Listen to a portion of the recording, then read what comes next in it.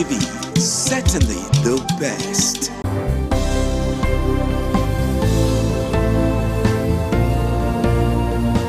Thank you very much for joining us on the program, Healthy Living. What is the kidney? The kidney is an excretory organ in the body, which is for metabolism. Tuberculosis affects many organs in the body.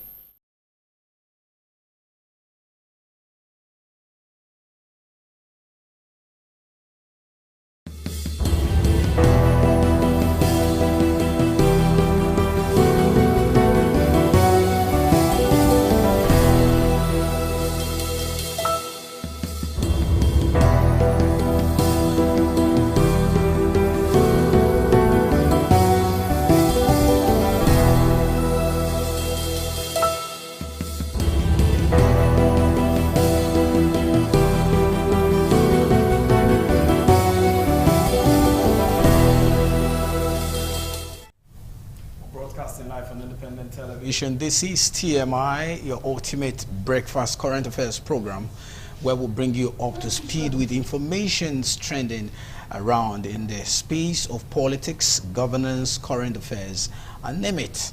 I am Lawrence Osifo in our Benin Network Center. Not alone on the show this morning. You know how it is every Thursday.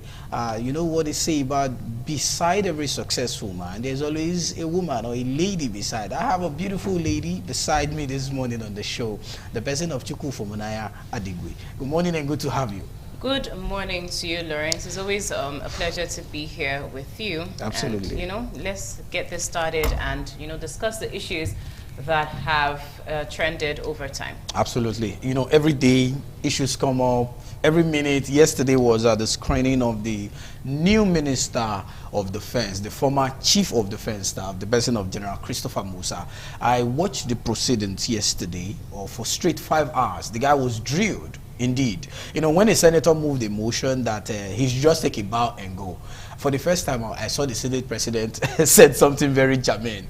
This is a security issue. So somebody cannot just come to the hallowed chamber and take a bow and go. Let's screen him. So they passed through the rigorous process. Do you believe that that's theatrics, or you think that it's something that it might be timely, it might be pertinent to do that, but do you think that their intentions are not just theatrics, so we'll see and say, just like you're saying now, that, it's a security matter, we should drill him and all of that. He should be drilled in order for us to know, for him to know the job he wants to do. For the people, security matters is not what you say in public, but at least we should have an idea of what he should do or what he would bring to bear. And I really watched the conversation. I followed the conversation not from beginning to end though, but I listened to the conversation at the point. And the guy, he spoke very well. And, he showed us. He is actually a popular choice.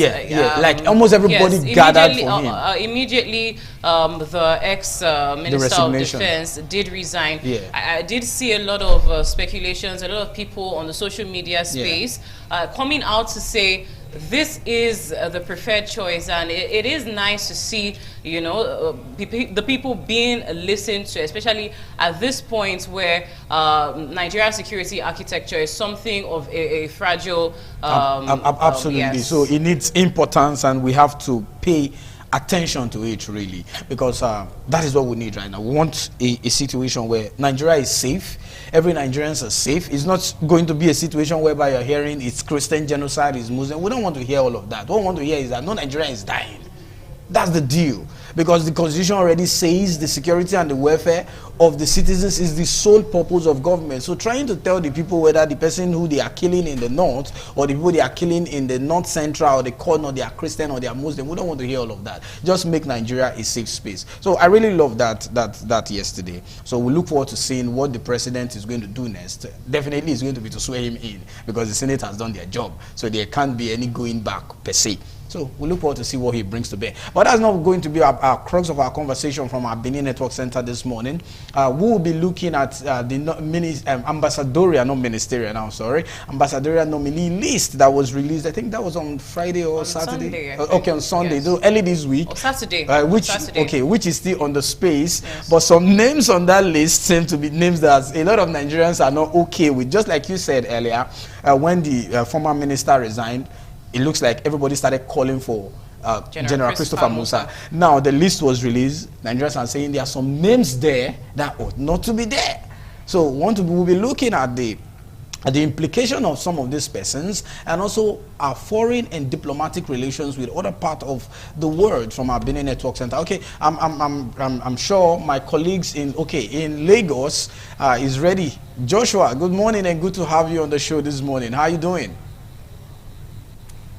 My greetings to you, Lawrence, and of course your colleague over there, Funaya. Good morning. We're doing good right here in Lagos, and reacting to the conversation you're having this morning, quite germane, talking about the security architecture of Nigeria is quite really, worrisome. And of course, given the recommendation sent by the president to the hallowed chambers for screening, of course, like Nigerians are saying, this actually is the preferred choice. And whether or not it tends to be a theatric, just as Funaya said, remains something that Nigerians will be able to critique in the coming days, because it's one thing actually to screen an individual in as much as the security issue. He might not be able to give us a strategy as regards how he wants to tackle this issue. But in the coming days, we'll be able to see how this will impact, on the security architecture of the country.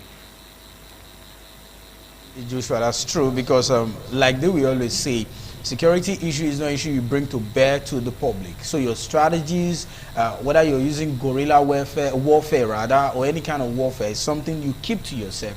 But all we just want to see is the result of those tactics. At the end of the day, the bushes are safe, the forest is safe, the farmers can go back to the farm. I can travel via the road from Benin to Lagos, Benin to Abuja, Benin to Port Harcourt, Benin to wherever I'm going. Funny how you say this, and now it seems like a novel idea, something that is a basic necessity. Yeah, basic necessity, exactly. When you say it, deep within me, I'm like, oh, so what a dream. What a dream. Do you understand? Because I remember at my very early age when I started traveling, to far states and all that. You don't have this fear of... It's the Yuletide, exactly. So to say, and a lot of people are saying, if you're not going to travel by air, don't just go anywhere. And if you watch, the air ticket has skyrocketed. Yeah. Because those guys are not taking advantage of the fact that the roads are not safe, and the demand as well. And our airlines, at the point in this country, we bought air ticket from Benin to Lagos, Abuja for 10,000. It's a seasonal time for them, and especially now that the security situation has deteriorated. Absolutely. So what do you expect? Exactly. They want to make it bricks business.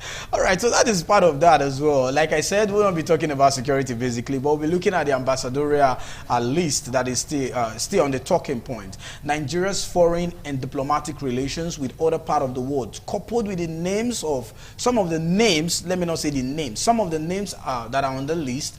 We have 15 career ambassadors and 17 non-career ambassadors on that list. But some persons are calling that, some names that are there, they ought not to be. So I will be having my guest, a very sound mind in international and diplomatic relations, who is also a lecturer, who will be lending his voice. Let's look at Nigeria's diplomatic relations and foreign relations. Chukwufumnai, I'm pretty sure you have one or two to say about that. Because about the list? Every Nigerian that is in touch with the issue, of course, has something to say. Apart from the geopolitical zoning, Nigerians and the Nigerian government overseas, and it just doesn't tell well for diplomacy and all of that. People also saying that the president gave these appointments based on personal merits and affiliations. So there's a lot to talk about, and we're looking forward to the conversation. Definitely, because I know the minds I'll be having to lend their voices to this, they are bright minds, and we're going to hear again, going to get their part of it, because over the years, when maybe you meet someone online, you're chatting, like you don't have any negative thoughts at heart, but immediately you tell the person I'm a Nigerian, everything changes. There's a mix of so many things for that. Two persons have blocked me on a chat. Why do you think? Exactly. We've been chatting, peaceful, harmlessly. Immediately they ask, where are you from? And I cannot hide my identity. I'm a Nigerian. But why do you think? Because other persons before now have spotted the reputation. So we have a reputation to hold. And if you're not saying you're appointing people who people feel their reputation has what we call comma, So what message did they go there? It is detrimental to the diplomatic identity of Nigeria. Yeah, so it's very, very detrimental. So that will be the cause of our conversation right here in our Benin Network Center in the next couple of minutes. I'm sure at Lagos, you're going to be dishing out what you have for us over there, Joshua. Okay, Charity Tanko is there from the Center of Excellence, where the screening happened yesterday. Charity, were you at the National Assembly? Yes, Lawrence, I was there. Good morning, Joshua. I was there, and it was over 4 hours of screening exercise.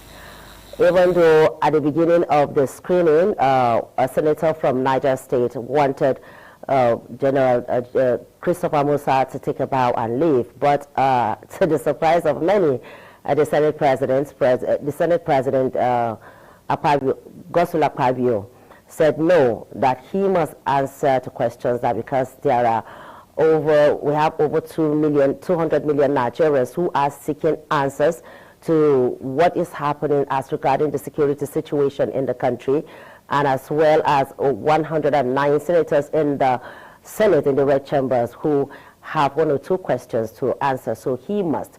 And to that effect, for over 4 hours, the man stood there and took their question, although at some point the Senate President asked him to sit and ask that water be brought for him. And I guess that was to avoid what happened last year when a ministerial nominee slumped. So it was quite interesting. Several questions were asked as regards genocide, what to do concerning the students who are still in captivity, the ones in Niger State. What will he be doing, especially now that he is in a civilian capacity and no longer an army officer? How is he going to ensure that there's going to be a smooth relationship with the service chiefs? And he responded to their questions. So it was very interesting. Right, that's amazing and really, really good to hear. So let's get to hear what your conversations will be from Abuja this morning and also from you in Lagos. Well, our conversation this morning in Abuja will be geared towards security situations, further looking at the approval as National Executive Council yesterday, though is subject to President Bola Tinubu's ratification. 100 billion naira was approved by them for the rehabilitation of security schools and institutions. The argument has always been there. These institutions that train security officers have been in dilapidated state. They require facilities, sophisticated gadgets to align with international best practices in terms of security training. So 100 billion naira has been approved, and in that 100 billion naira that has been approved, 2.6 billion naira is for consultation services. So we are going to be taking a look at this. We're going to be dissecting this money and also looking at, is this really going to answer to the question of curbing and curtailing insecurity? Will this give security officers, security personnel a boost in their morale to say, okay, we want to lay down our lives for Nigeria? And will this also translate into a better welfare for the security personnel? These are questions, and these are conversations that we are going to be having from the Abuja Network Center this morning. Thank you very much, Charity, from the Center of Unity. Let's move to the Center of Excellence. Joshua. All right, so we'll be looking at security issues still, and of course we'll be extracting recent abduction and kidnapping activities vis-a-vis the federal government's stance on the issue of negotiation, and which in most cases, ransom payment has been made, which, government coming out to deny such stance, and this is coming particularly against the backdrop of a recent statement made by the minister. I'm talking about the special advisor to the government, especially to President Bola Tinubu, on policy communication, the person of Daniel Bwala, who said in one of our sister stations, and I quote, that if the duty of the president, especially to preserve the life of the people and the citizens of Nigeria, are in danger, and negotiation is the only way to save them, then of course the chief-in-chief or the C-in-C, as the case may be, will be able to do all it takes to be able to save their life, which a statement Nigerians are saying has endorsed the issue of negotiation. In another sweep, he is saying that the president pays zero tolerance when it comes to negotiation. Now, some Nigerians are reacting to this, that this is quite contradictory. In one sweep, you're saying if that is the case, then the government would have to do that. Now, you're also saying in the same, breath that Bola Tinubu's administration pays zero tolerance to negotiation. So we'll be able to analyze these issues critically and dispassionately to find out what exactly is the government's stand on the issue of negotiation. You either for or against. You can't be sitting on the fence. And if actually you are against the negotiation deal, then why is it that terrorism has increased incessantly over time? Because for every negotiation, then you are either empowering these guys to acquire more ammunition or recruit more guys on the field. So these are some of the issues we'll be looking at in the course of our conversation this morning from our Lagos Network Center. Absolutely. That was a take home from what the screened Minister of Defense also said yesterday on the floor of the Red Chambers, that negotiation is a no-no. Like you said, he also said that when you negotiate with terror, you are empowering them more to buy more arms and ammunition. You are empowering them more to get more of their sophisticated weapons, and you are empowering them more to recruit people into their terrorism, banditry, whatever they are doing. The screened minister also made that statement yesterday. So I think, negotiation, ransom, to him, he said, is a no-no. So I don't know why the special advisor will be coming out to say something that, sometimes our political appointees are contradictory to themselves and not to Nigerians. But no problem. We'll look forward to seeing how all of this pans out in the next couple of days, and how you get up your conversation also right there in Lagos. Your guests will be lending voice to it as well.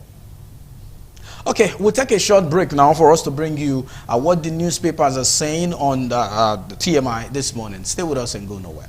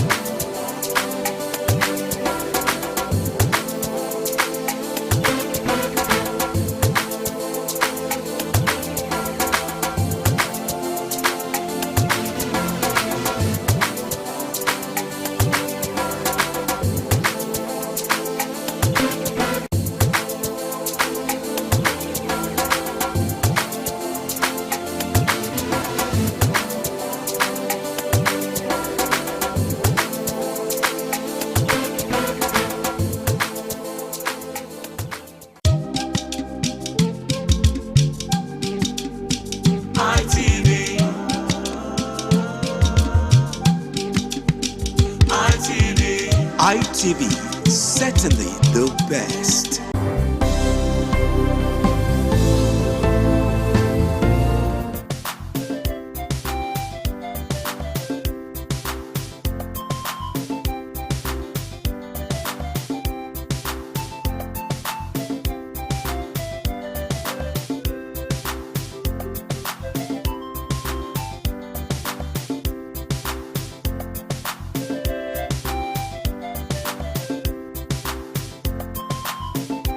Welcome back. This is still TMI on the ITV network, and of course we've been discussing the issues that matter. And now for the second point of call, our newspaper review segment, where we get to take a look at the major headlines, national dailies. Now, our first point of call happens to be Daily Trust. A major headline there says, revised cash policy, real effects.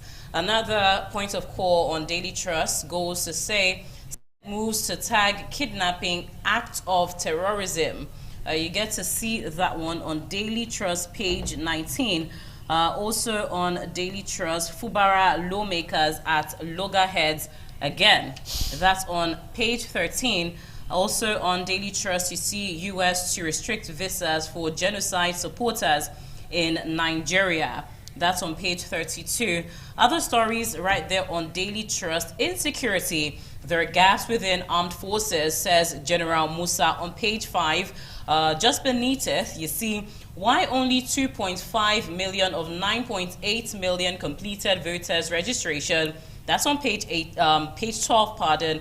Also on Daily Trust, 4 killed as police youths clash in Kogi. That's page 30. Also on Daily Trust, you see gunmen abduct 3 students in Edo. That's right here, and it's on page 38. Read all about it on Daily Trust. All right, to move on to the next one, the Guardian newspaper saying Senate reps to adopt hardline anti-terror measures. Back Musa. Senate reps adopt hardline anti-terror measures. Back Musa. Above the masthead, CPC status, U.S. mount pressure on Nigeria.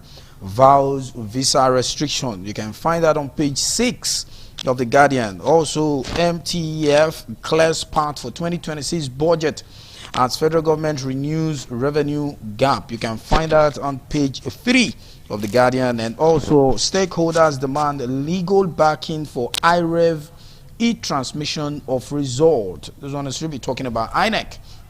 That can also be found in page 3 of the Guardian. And lastly, on page 6, talking business, AMCON says 0.6 trillion debt repaid, achieves 87% recovery.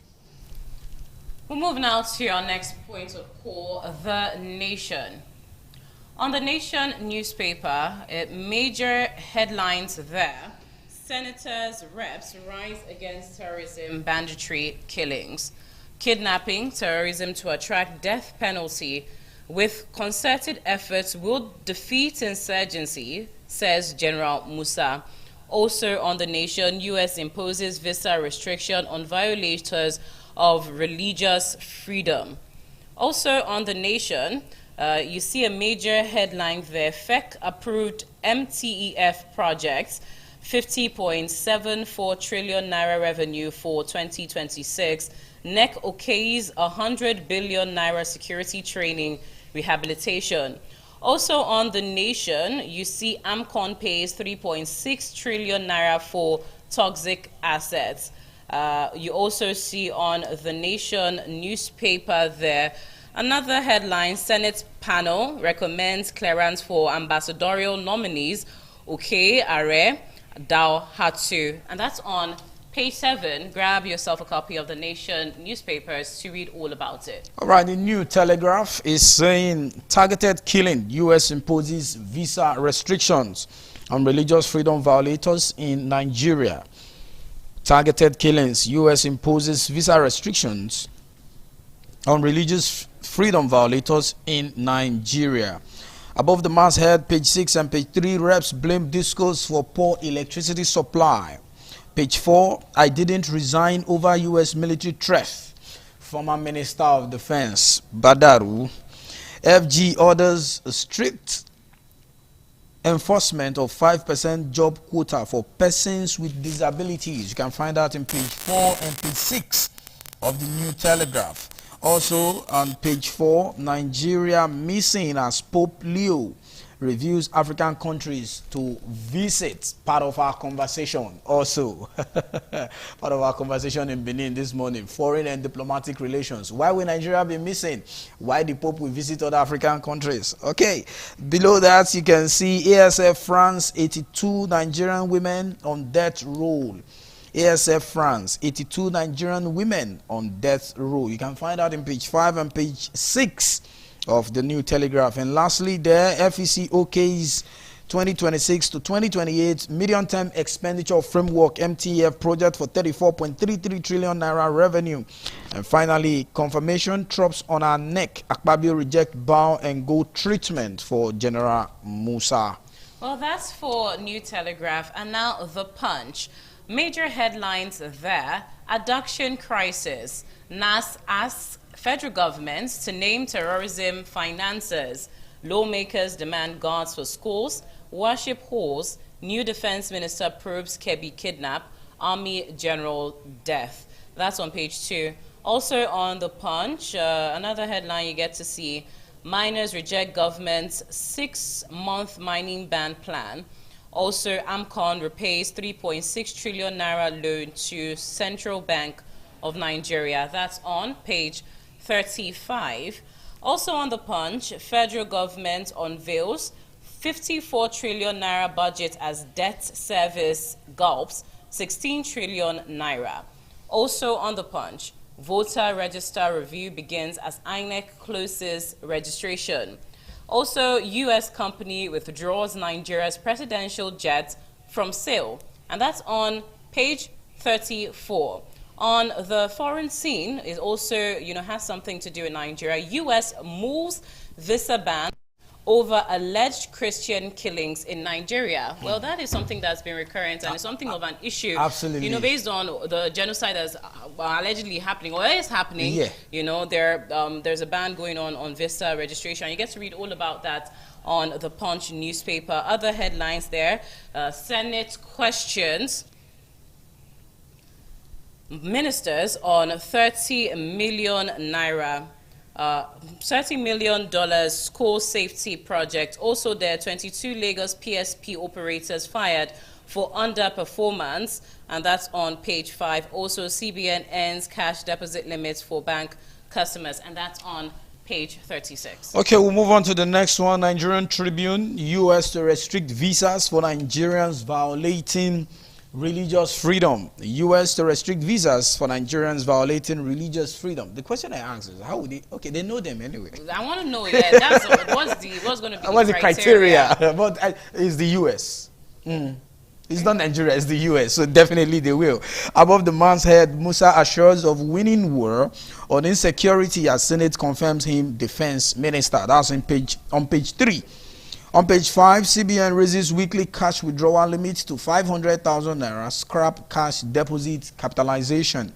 On page 3 still, federal government, or rather FEC, Federal Executive Council, approves 2026 to 2028 medium-term expenditure framework MTEF project standing at 34.33 trillion naira revenue, oil projection ceiling at 1.8 million barrels per day, proposes $64 per barrel benchmark. Okay, this year we did $75, so 2026 we want to do $64. Are we moving down or we're moving up?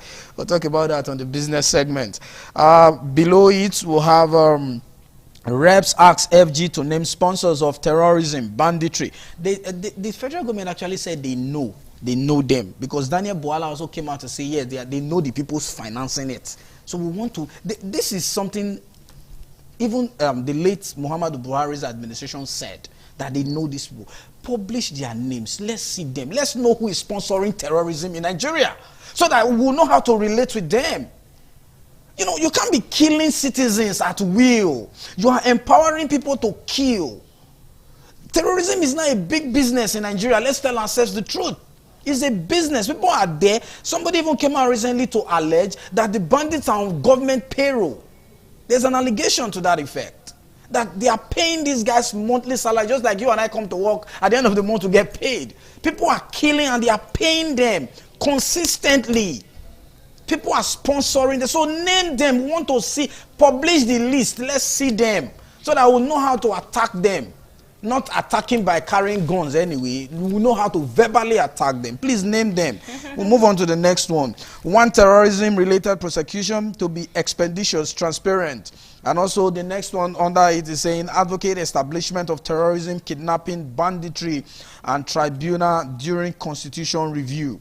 Below that on page 14, Ogun, one of largest contributors to non-oil revenue. That's coming from the governor, Dakpo Abiodun. Page 24, Oshun withheld LG funds. Supreme Court delivers judgment tomorrow. Okay, we'll be hearing from the Supreme Court tomorrow. It's been a whole battle. So let's take the last one before we continue with the conversation. That's for Nigerian Tribune. And now, Vanguard. A major headline there, no more negotiation, ransom payments to terrorists on Vanguard. And that's said by the Defense Minister, General Musa. Reps seek transparent prosecution of terrorism-related cases. Senate backs the death penalty for kidnappers, financiers, informants, others. Open trial for terrorists won't change anything.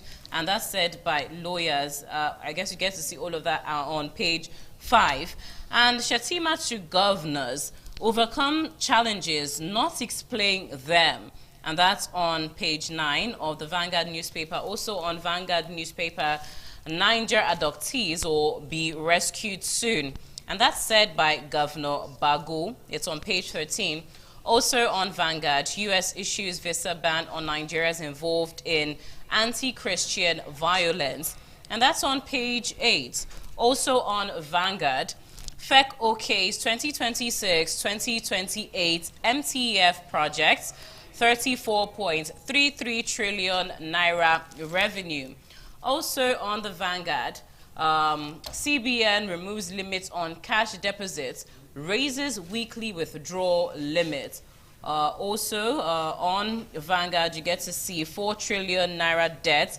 Angry contractors besiege finance ministry, demand 780 billion naira payments. Vanguard also headlines, gunmen attack Abia governor's team in Imo. And those are the stories on Vanguard newspaper. Gunmen attacks Abia's governor's team. It's something to speak on that, should I say finally, or at least the high class, elite, the high class are now feeling it. Getting to, feel the heat, especially that's a laudable one from the president, though, pulling police escorts from VIPs and politically affiliated that will be a discussion for another day too. We'll discuss that. Definitely, there's somebody I'm planning to bring on this show when he comes. At least they're starting to feel it. So yes. Action will be taken now. Gunmen attack governor's team. Then I saw the other one, the Ministry of Finance. I think the details of that, I saw it yesterday. Those guys did not just go there to protest non-payment of contractors. Do you know what they went there to do? They carried a coffin. Yeah, they dropped it at the entrance of the ministry. I know the Ministry of Finance very well at the central area in Abuja. I know those areas close to the CBN headquarters. They brought what is it called? A casket. They dropped it there. But it's all good. We look forward to seeing how all of this pans out at the end of the day. We'll take a break now to continue the conversation with our guests who will be ready for us to look into some of this issue on TMI. Stay with us. Wow! Who wears the crown? Nigeria, are you ready for the 2025?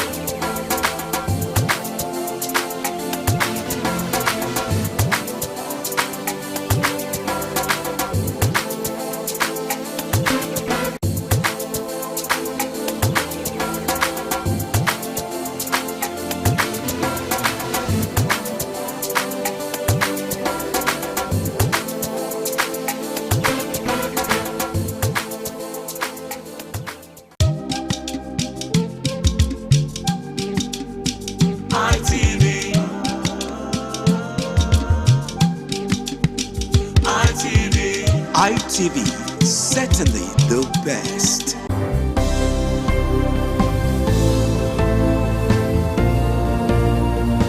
Thank you very much for joining us on the program Healthy Living. What is the kidney? The kidney is an excretory organ in the body, which is for metabolism. Tuberculosis affects many organs in the body, but the common ones it usually affects is the lungs. Epilepsy is a neurological problem. Okay. It is an injury in the brain which causes someone to begin to convulse, to go into fits. It is curable, but the cure is a long-term thing. If you eat well and avoid those risk factors that will make your immunity to be down, then the risk of contracting tuberculosis will be reduced. If you're healthy, then you're wealthy.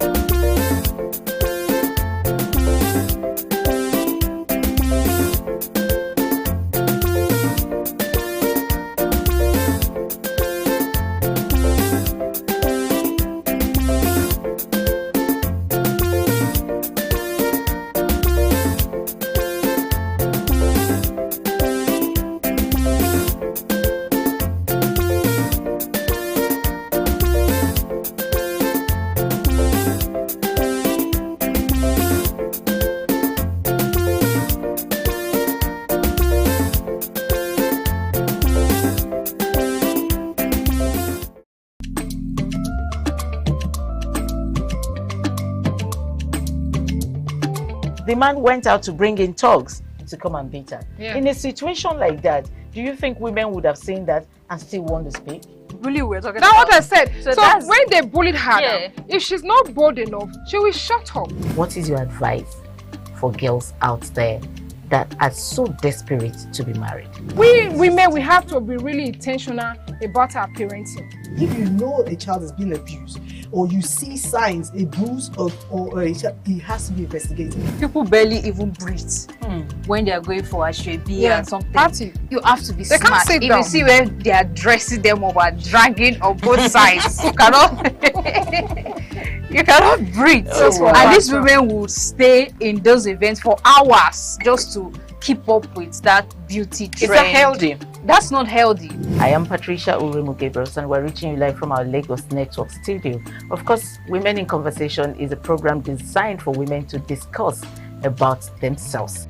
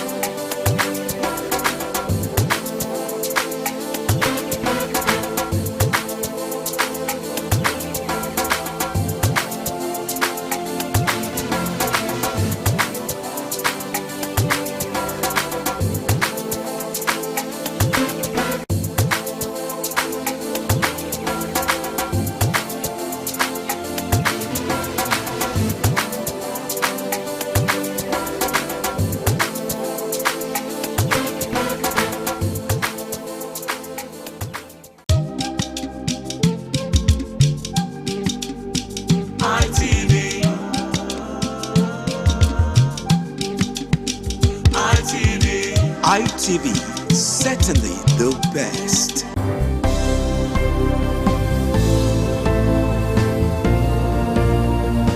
Thank you very much for joining us on the program Healthy Living. What is the kidney? The kidney is an excretory organ in the body, which is for metabolism. Tuberculosis affects many organs in the body, but the common ones it usually affects is the lungs. Epilepsy is a neurological problem.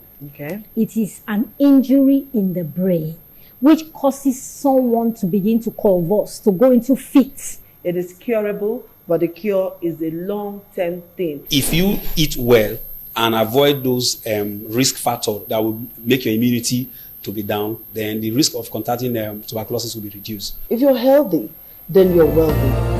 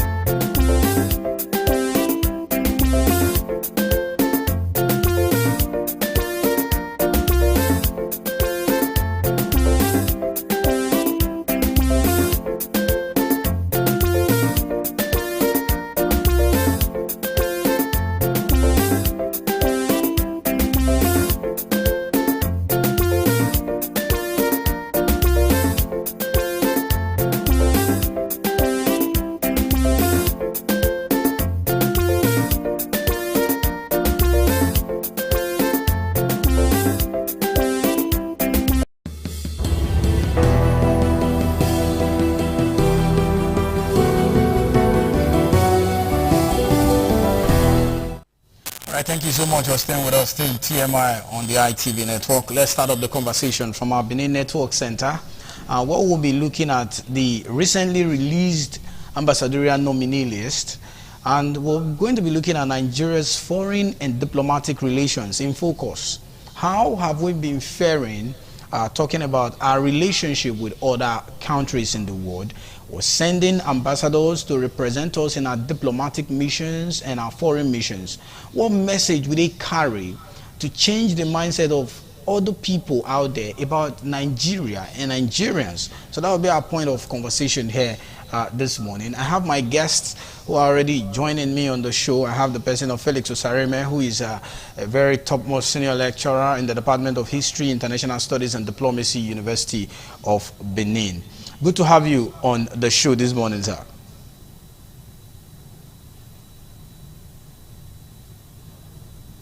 Can you hear me? All right. Let's move on to the next guest, the person of Alex Uriesi, who is also joining virtually from Abuja. Alex Uriesi is the special advisor on SSA on special duties to the Edo State government.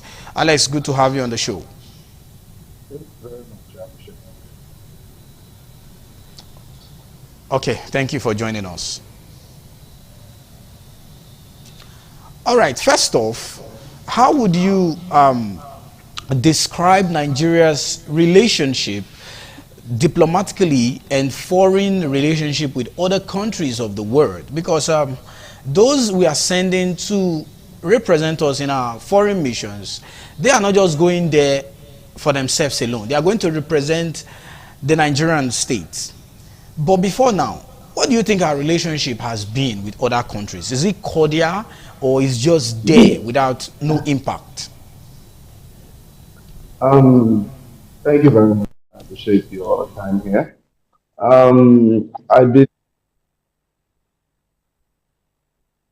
that the strength of our country determines the collaboration of the person who represents or who will represent us in the diaspora. I don't want to say that there haven't been a lot of rancor on the people that have been selected. But do not forget that in all that have been selected, you have the career ambassadors and the non-career ambassadors. The career ambassadors are those who have had trainings and been in the Ministry of Foreign Affairs and in line of governance political attributes to the nation, which means that these people are trained to handle diplomatic issues and dialogues between countries.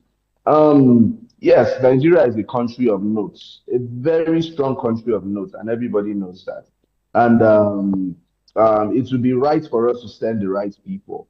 A lot of people have said that because we've known one or two people whose names have been in the public and open eye, and that it affects us in so many ways, that if they will represent us well. But I also want to believe that Mr. President is a master strategist, which means he knows what he is doing and why he has sent everybody to where he's sending them. Do not forget that the list of nations and their representative of ambassadors is not yet out.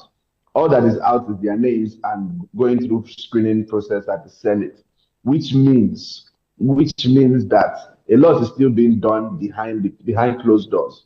I would also want to say that some of the ambassadorial persons might just be sent to one of the most, I wouldn't say loneliest or ineffective or very less busy countries, just to reward them for their service to the nation. But then what we would be looking out for now are the key countries like the United States, France, United Kingdom, and all those top states or top countries where we know that the heat is really rising, most especially the United States. We are going to be looking at who are going to be sent to these key countries and how the representation is going to affect us. Looking at the list, we have a little bit of rancor on some names like Fani Kayode, Reno Omokri, most especially, and the likes of the INEC chairman, former INEC chairman, and other people that have been in power. I can only say that... If you can hear me, let me pause you there, because we will get to that point where we'll be talking about the names on the list. But let me hold you there. Let's go to Felix Osarime, a very topmost senior lecturer in the Department of History, International Studies and Diplomacy, UNIBEN. If you can hear me, Osarime. Yes, I can hear you, Lawrence. Good morning. Okay. Thank you very much for joining us. I thought we were having a little glitches earlier when I started with you. In your own words, as someone who is in this field, you are not just in the field, you also lecture in the field as an academia. Do you think, let me also shape that question the same way I asked Alex, do you think our foreign diplomatic relationship before now has been cordial with other countries, coupled with this new list that just came out? Then before we delve into the names on the list, we'll now look at some of the policies and also the visa restriction that just was released yesterday by the US. First, our cordial relationship, our relationship with other countries of the world. Do you think it's cordial enough? Frankly speaking, we should start by saying that, yes, Nigeria has had cordial relations with many countries of the world. It's cordial because there are only two ways you relate in the international political system. There's either conflict or there is concord. And so far, from the time Nigeria became a full-fledged democracy in 1999, we have had very robust engagement with countries and other non-state actors in the international political system. We have also had some flip-flops, we will not deny that, but so far it has been very encouraging. And I want to quickly take us back to the fact that in the Vienna Convention on Diplomatic Relations of 1961, Article 2 of the convention states clearly that the existence of diplomatic relations is by mutual consent. That means countries always agree to engage. And when countries agree to engage, it is because they have something beneficial to exchange. So we cannot run away from that reality. In fact, countries do not want to go into conflict, even though it does happen. But essentially, Nigeria has had very robust diplomatic relations with countries from 1990 dates. We will not make an exception in this present administration. It's been going well, and we must also admit to the fact that no country has it easy. It is not rosy all the way. So there could be one or two challenges, and this is the essence of diplomacy, where you have to apply tact and intellect in carry out relations amongst us by accredited agents, as was defined by Harold Nicolson. So, and even if we talk of Ernest Sato, who described it as a relationship that is founded on communal interest, the two countries or more that relate must look at how their agents will respectfully carry out their task. So we must not denigrate that point. But I believe strongly that Nigeria has had very robust interaction in the international system. And there are issues that will come up. This is part of the challenge of diplomacy. That is why when Sato actually explained that you can use tact and intellect, and Aruniko said it is the art of diplomatist, all these definitions come to play. Even when Morton Kaplan was talking of diplomacy as a system-based reaction, that states go into that operation depending on the nature of the system at any point in time. We can therefore situate Nigeria within that context so that Nigeria is engaging, Nigeria is also proactive in certain areas. So we have a very impressive and enriching contact in the international political system. All right, let me ask you this again before I go back to Alex. Now, we saw the recent statement from the U.S. president. That was like a month ago about Nigeria being declared as a country of particular concern, according to him, with the whole killings, which some persons are tagging genocide, but the government is saying no, it's not genocide. Christians are being killed, and Muslims are being killed, Buddhists are being killed, ATROs are being killed, people are being killed, but it's not a Christian genocide. It's not targeted at one part of the country. With these nominees that is out, the persons definitely that might be going there, because we have career ambassadors and non-career ambassadors that will be sent to a country like, say, the US, the UK, China, Russia, as the case may be, and even to the United Nations. Do you think these persons might be able to represent the Nigerian state in the way it should? Because a lot of challenges is plaguing us today, and the person who is going there is not just going there to represent himself, he's going there to represent Nigeria. So per se, we can say the person is Nigeria's president in that country. So in that light, do you see someone who will be going there to have the capacity, for instance, going to the US, to have the capacity to represent us well, with, you know, good intellect and good mind from the list? Before we now delve into some of the names in the list, whether it is political or it is a rewarding cronies around. All right, Lawrence, let's get it clear here. I mentioned Article 2 just now, that there is mutuality in diplomatic relations. I also want to be very emphatic that in 1648, the Treaty of Westphalia established that sovereign states begin to exist. That sovereignty rests on certain propositions, and we can look at the premises clearly. One, they have the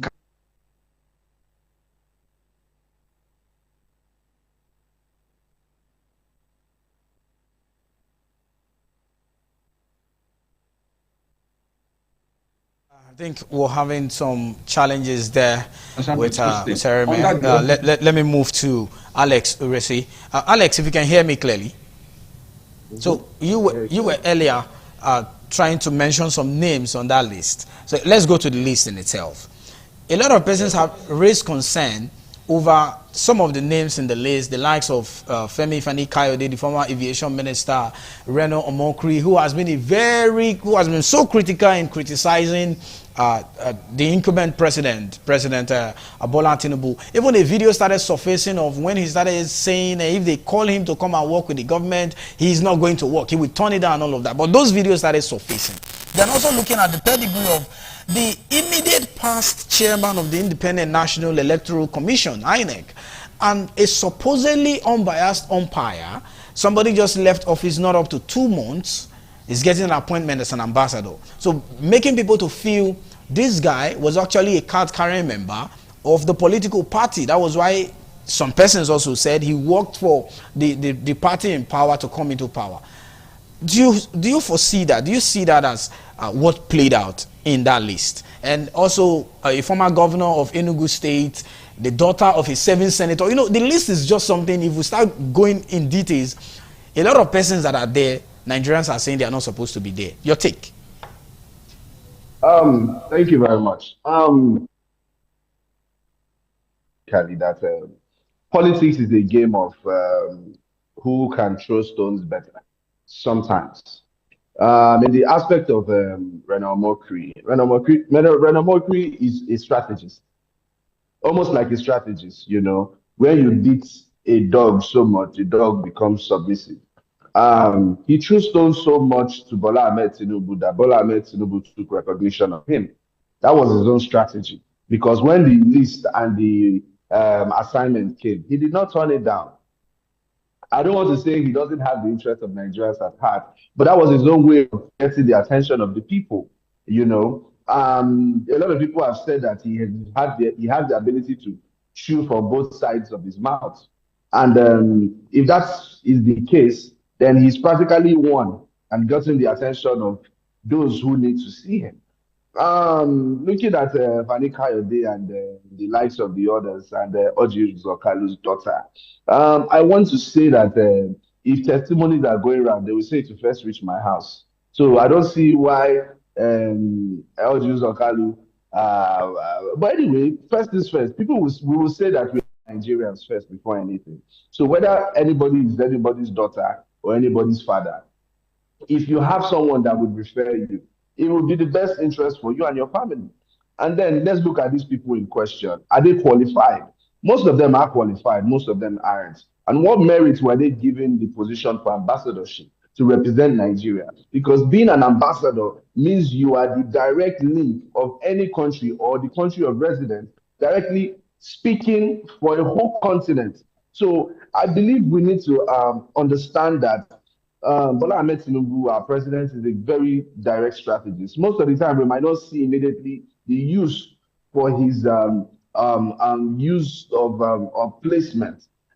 It is tricky for the career and non-career ambassadors that have been nominated. It's tricky because we are yet to see the strength. One of the basic tools to be an ambassador is the key to communicate. So far, so good. I can say communication is one of the strengths of almost everybody on this list.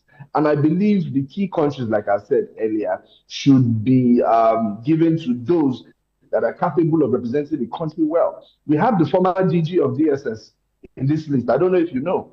The former DG of DSS is on this list. The former DG of NIA, Nigeria Intelligence Agency, is on this list. You understand? So I believe there are strategies in those people being placed as ambassadors who already have insight to these countries that we are already relating with and how we can further foster better relationships and give Nigeria the well-represented. Okay, Alex, we'll have to take a short break now.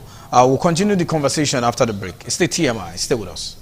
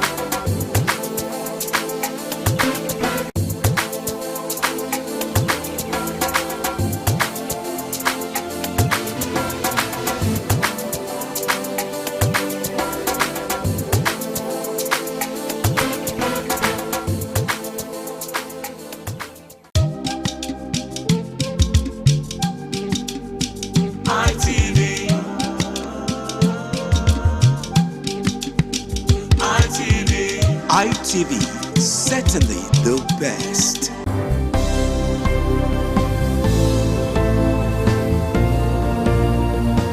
Thank you very much for joining us on the program Healthy Living. What is the kidney? The kidney is an excretory organ in the body, which is for metabolism. Tuberculosis affects many organs in the body, but the common ones it usually affects is the lungs. Epilepsy is a neurological problem. Okay. It is an injury in the brain which causes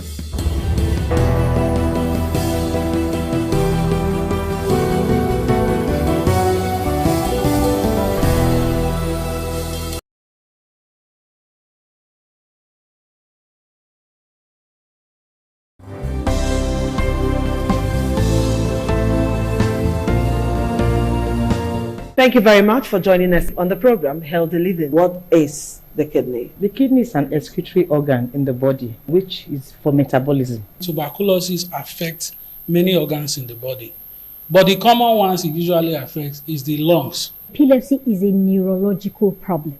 Okay. It is an injury in the brain which causes someone to begin to convulse, to go into fits. It is curable, but the cure is a long-term thing. If you eat well and avoid those risk factors that will make your immunity to be down, then the risk of contracting tuberculosis will be reduced. If you're healthy, then you're wealthy.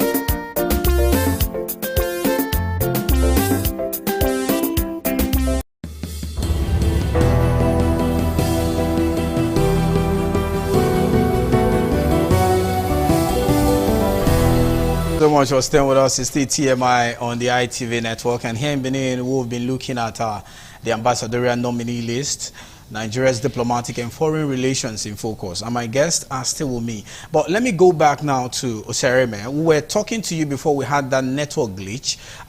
You were saying something about when I asked people who should be posted to countries like the US, Russia, China, the UK, and even the United Nations, you know, how they should relate, the message they should pass across. You were making a point before we had the challenge. I don't know if you can continue from where you stopped. Yes, back to track. I was establishing that Article 2 of the Vienna Convention on Diplomatic Relations established that relations should be done on a mutual basis. Now, Nigeria has cordial relations with most of these countries. We are not at war with any country. Even if there is war with any country, diplomacy still continues, though in a different form. Now, basically, since we are in a democracy, there are challenges we will face, and it is our ability to project our image in a positive light that will count for us. In this particular instance, you mentioned earlier on how the American government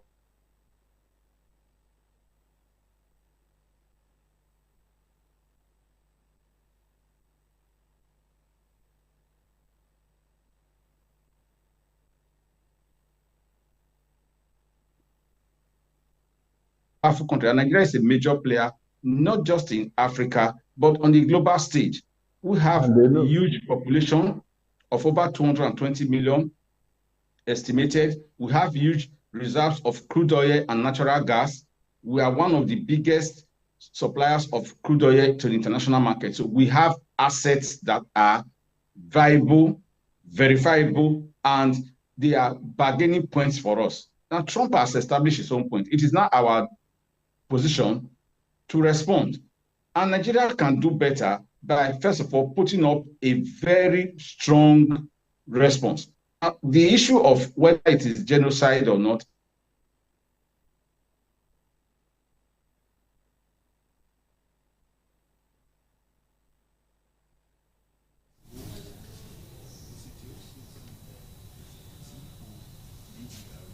is central in diplomacy. That's the fact. Intelligence is also very important. I started by saying that we need people that have tact and intellect that are capable of projecting the image of the country. But we must also recognize the fact that ambassadors are primarily representatives of the government and the people. So the government comes first. And the government has an agenda. The government has a policy position. And you cannot deviate from this because the domestic policy of a country eventually influences her foreign policy.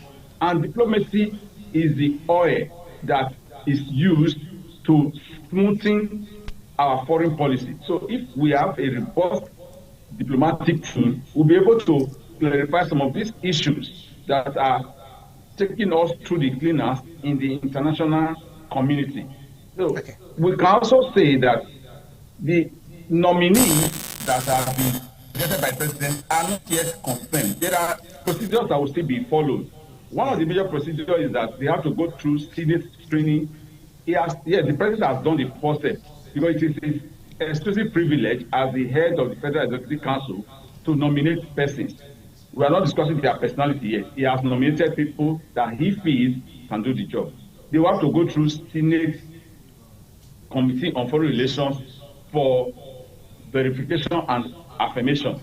That is also done only after they've gone through security screening, DSS, that of ICPC, that of EFCC, that of the police, other areas. They will go through all those screening before they will go and face the Senate screening. Now, what is even essential is that there's Article 4 waiting out there. Article 4 talks of the agreement. Even if you choose someone and the person is screened, there is still the provision in the international community under the Vienna Convention of Diplomatic Relations of 1961.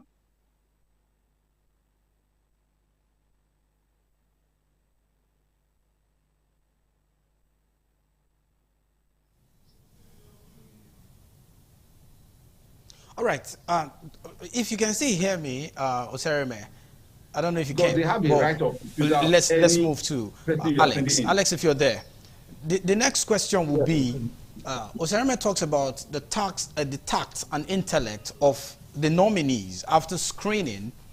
They should have the tact and intellect to represent Nigeria. Now, my question to you will be, after these guys have passed through the rigorous process of Senate screening, security screening, all the screening they should pass through, do you see some of these persons, because to a lot of persons, they foresee that all the names is going to pass through the process and definitely maybe nobody will be rejected.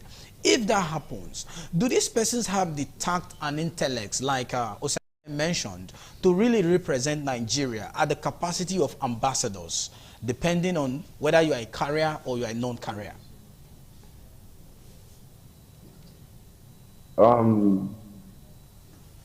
Thank you very much. Thank you very much for that question.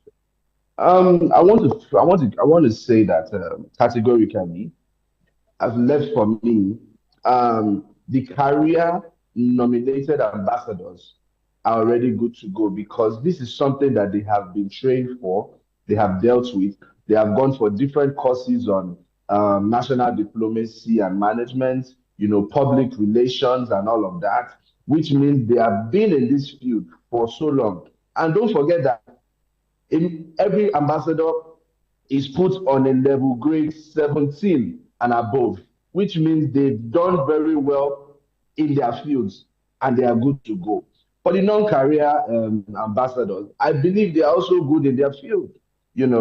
As every Nigerian is an ambassador of Nigeria.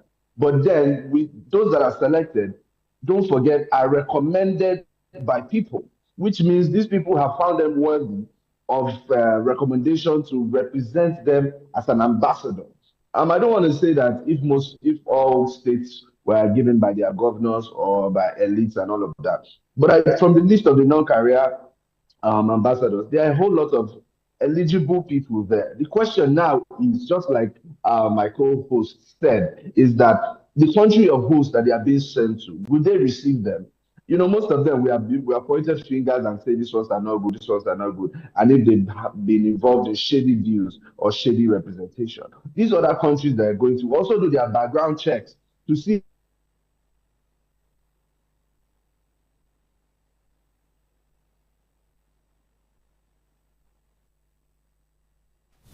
All right, Alex, if you can hear me, let's take a short break. Let's take a break on the show. The show continues shortly. Stay with us.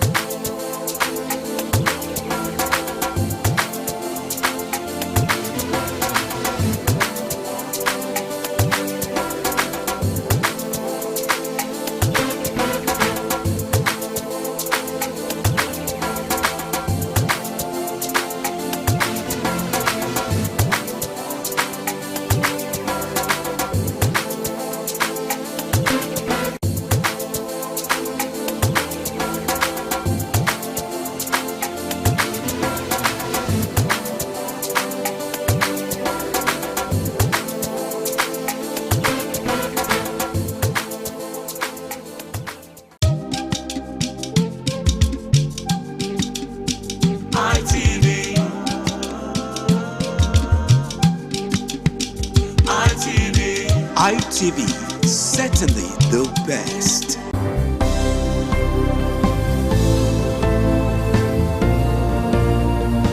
Thank you very much for joining us on the program, Healthy Living. What is the kidney? The kidney is an excretory organ in the body, which is for metabolism. Tuberculosis affects many organs in the body, but the common ones it usually affects is the lungs. Epilepsy is a neurological problem. Okay. It is an injury in the brain which causes someone to begin to convulse, to go into fits. It is curable, but the cure is a long-term thing. If you eat well and avoid those risk factors that will make your immunity to be down, then the risk of contracting tuberculosis will be reduced. If you're healthy, then you're wealthy.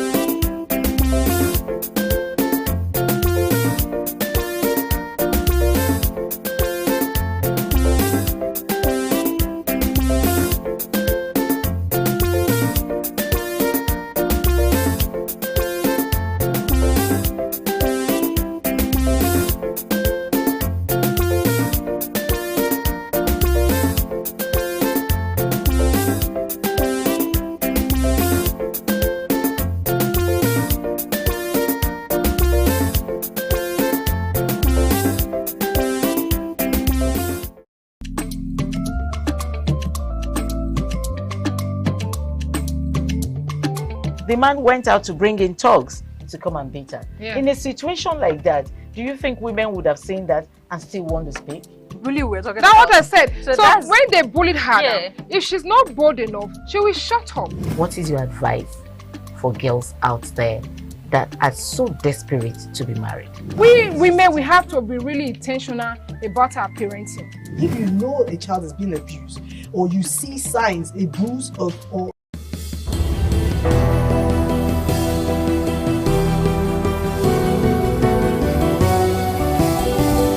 All right, thank you so much for staying with us still on the program TMI on the ITV network. We've been looking at the ambassadorial nominee and the list of the nominees, Nigeria's foreign and diplomatic relations in focus. And my guests have been doing justice to that, but we've been having one or two technical glitches due to network issues. Well, as we begin to wrap up, Osereme, let me come to you again as we begin to wrap up, because we're pressed for time and I know you have other engagement to attend to.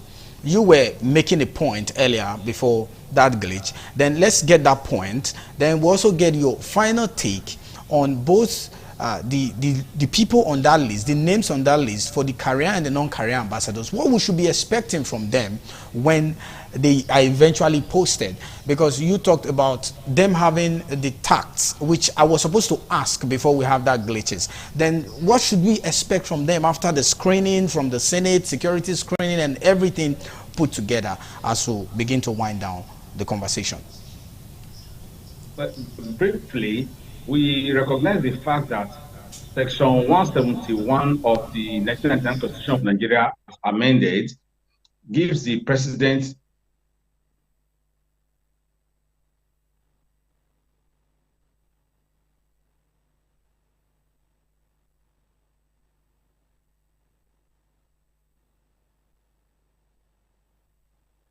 the nominations should be spread across the geopolitical zones of the country. So that therefore imposes a burden on the president to strike a balance between effective representation and political consideration. This is where the challenge lies. You see, the people that he has nominated, without missing words, majority of them are non-career diplomats. And in this situation we are in, we would have been expected that the president should go for the best in that aspect of representation of the government and the people of Nigeria outside the shores of this country.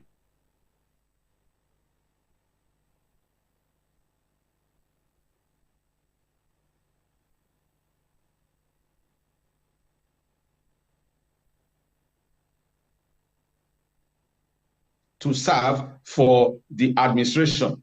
That is not out of place at all. That is why I said there's a challenge for the president to strike the balance between professional representation and political consideration.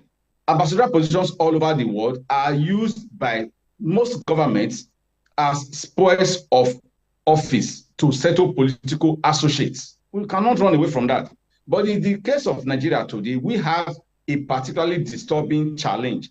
This is reasonable because we must look at the fact that the personality of these nominees calls to question the wisdom in their selection. Let me take an example. Professor Mahmood Yakub, the immediate past chairman of the Independent National Electoral Commission, that is going to cast a long shadow on the integrity of INEC, because he just finished in less than 6 months. You are appointing him, you are nominating him as an ambassador for ambassadorial position. That's a challenge. Second person is Reno Mokri. We cannot run away from Reno Mokri. His rhetoric about the city president has been so vitriolic that it's a surprise that someone like him is being brought in to go and represent the president again, that he has always been casting aspersion on outside the country. Look at the person of Femi Fani-Kayode. That's another person that has had so much negative imposition of the present administration. I'm not saying they don't have rights. I'm saying that you should look at how this thing should be seen outside the shores of this country. Look at Ambassador Ayodele Oke, who had a problem with the Ikoyi Towers fund, the money that was kept in the apartment. That matter was never clearly disposed of, and these are persons you are not going to appoint. So there's already credibility situation around some of the personalities. Wherever they are going to be sent to, those things cannot be wished away.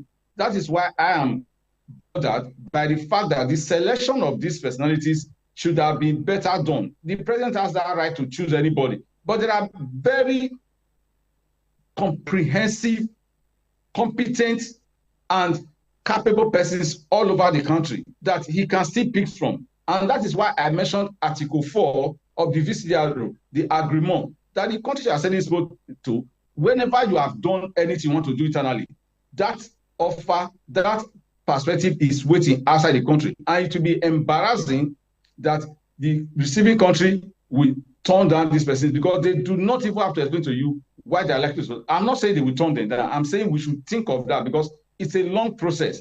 There are internal points you consider. There are also external points you must look at. And when you are looking at the projection of your national image, which is a reflection of your power in the international system, you have to be very, very careful as to the persons you select. And that is why this one is bringing to the fore so much discussion, because in the history of Nigeria, we've never had it this interesting that nominees, even at the point of nomination, are creating so much discussion in the country. And this is the era of social media. Anything we are saying now is already global.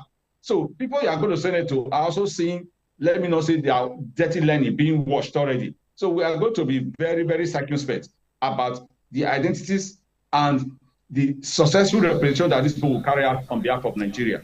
Okay. Thank you very much, Osereme, for that. Quickly, Alex, in less than 30 seconds, your final take, your parting shot before we call it a wrap on the show this morning. What do you think we should be expecting from them after they've been screened, after it's nomination now? Definitely, if they get the appointment, what should be the message they are taking from Nigeria? What should be our image in the countries they are going to, whether as career and non-career ambassadors? Quickly, as we wrap up. My final take would be this. The same energy they have used to either run the president down or run the country down or run whoever down is the same energy that they should use to rebrand the country. Because the country needs rebranding at this moment. A lot of bad topics have come out about Nigeria of late.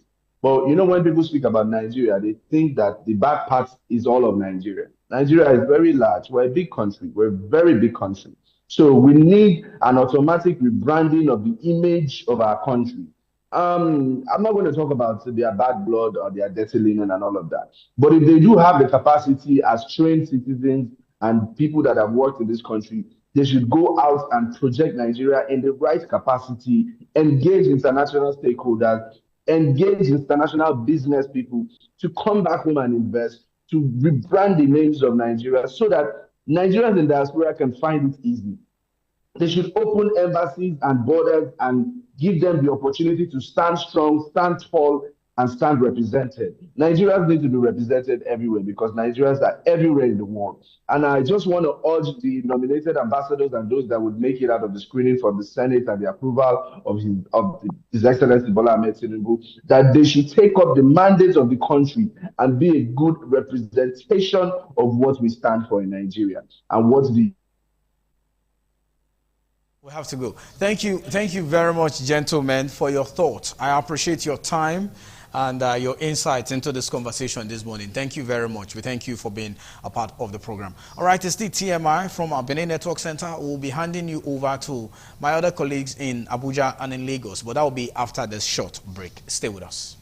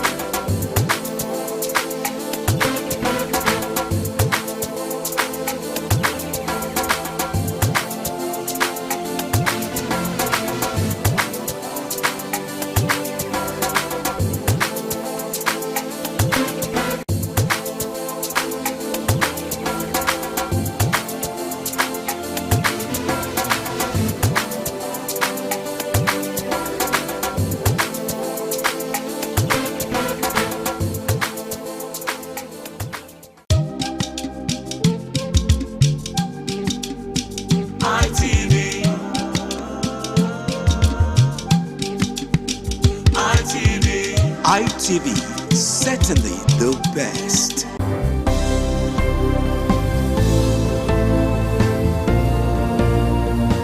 Thank you very much for joining us on the program Healthy Living. What is the kidney? The kidney is an excretory organ in the body, which is for metabolism. Tuberculosis affects many organs in the body, but the common ones it usually affects is the lungs. Epilepsy is a neurological problem.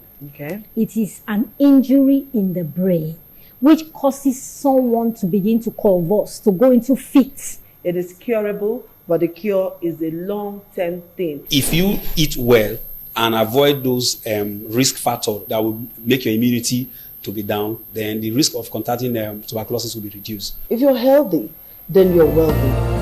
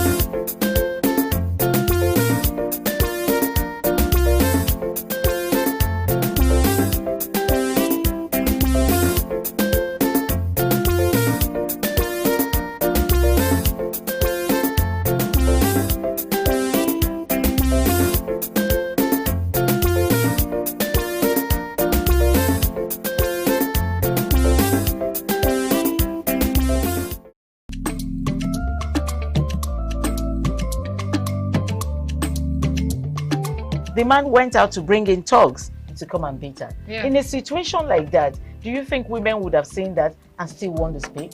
Really, we're talking That's about what I said. So that's- when they bullied her, Yeah. now, if she's not bold enough, she will shut up. What is your advice for girls out there that are so desperate to be married? We women, we have to be really intentional about our parenting. If you know a child is being abused, or you see signs, a bruise or a child, it has to be investigated. People barely even breathe when they are going for a shrebi and something. You have to be They can't smart. sit If down. you see when they are dressing them up and dragging on both sides, you cannot breathe. And these women would stay in those events for hours just to keep up with that beauty trend. Is that healthy? That's not healthy. I am Patricia Uremu Gabriels and we're reaching you live from our Lagos Network studio. Of course, Women in Conversation is a program designed for women to discuss about themselves.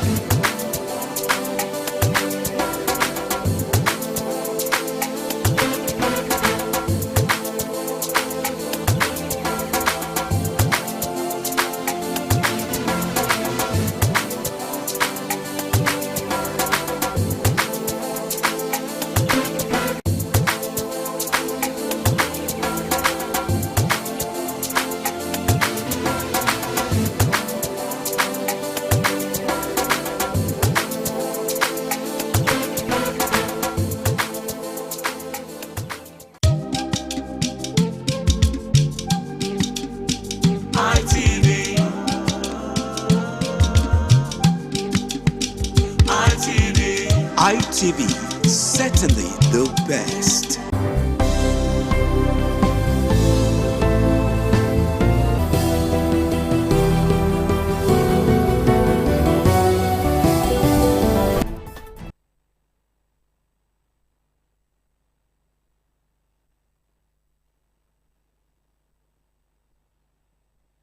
The 100 billion naira approved by NEC for the rehabilitation of security training institutions in Nigeria. We are going to be taking a look at how this is going to be funded and how it's going to be implemented and how it is going to impact positively on the fight against insecurity in Nigeria. And to discuss that with me, I have my guest who will be joining me via Zoom in the person of Are Oladotun Hassan. He is the president's Yoruba Council Worldwide. He will be joining us via a phone call as we are having issues with the Zoom.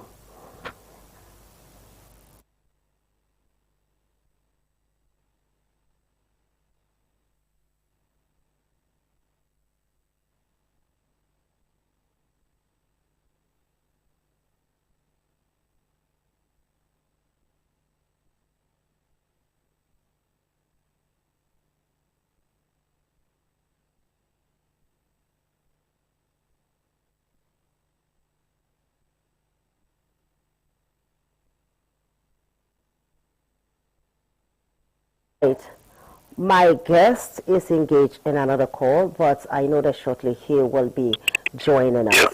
I'm with you. Good morning, sir. Yes, good morning. Thank you for joining us. It's a pleasure to be on your program.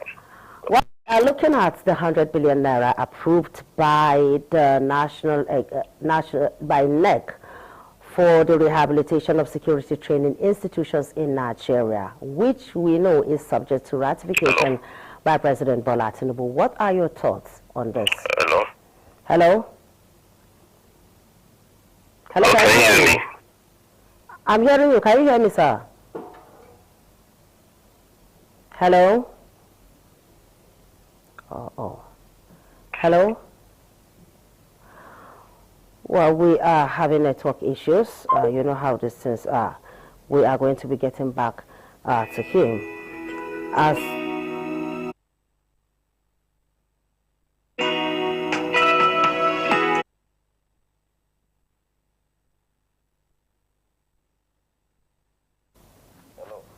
Can you hear me, sir?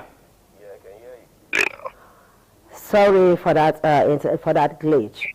I was asking you that what are your thoughts on the 100 billion naira approved for the rehabilitation of security training institutions in Nigeria? Well, we must firstly appreciate and acknowledge efforts so far.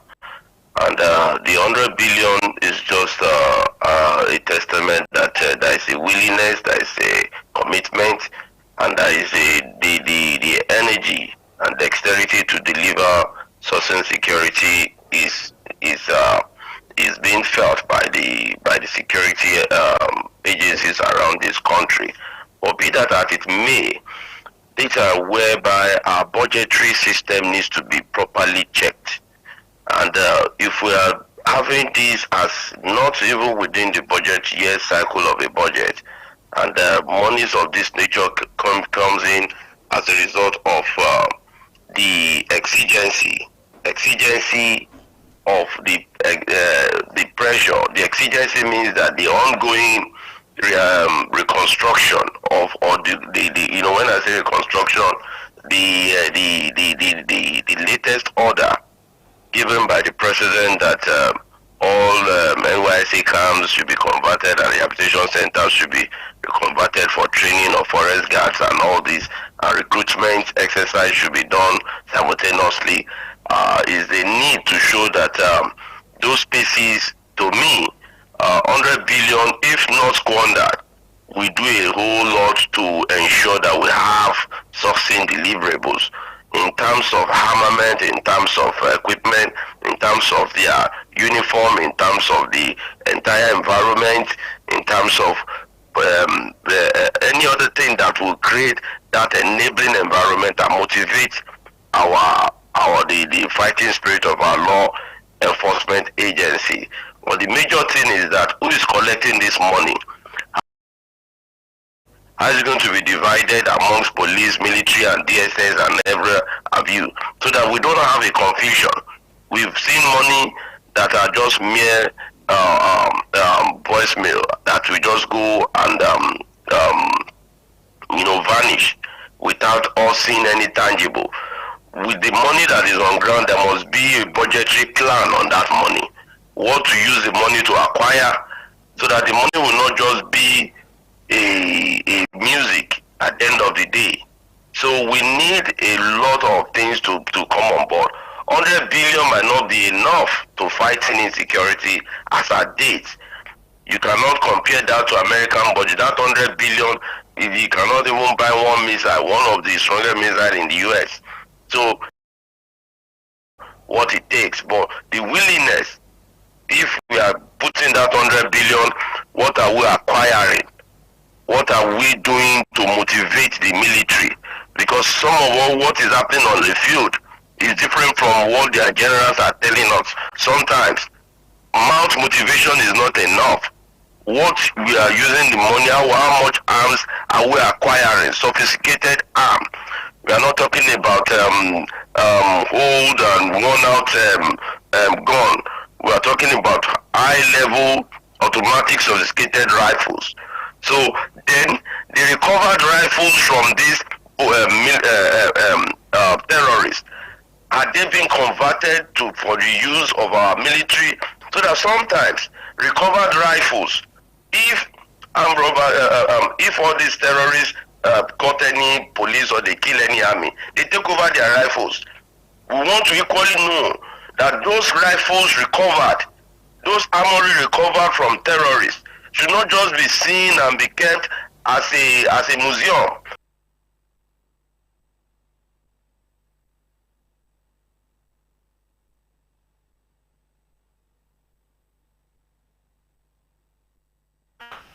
No, neither they should be given to civilian JTF or the local security guards, so that those weapons will be useful. So there is a need to ensure that not everything requires money. Sometimes you just need to rehabilitate and ensure that you can maximize what you have. So the basic thing is the fact that we commend Mr. President for showing the willingness to give money, but it's not just about the money on headline.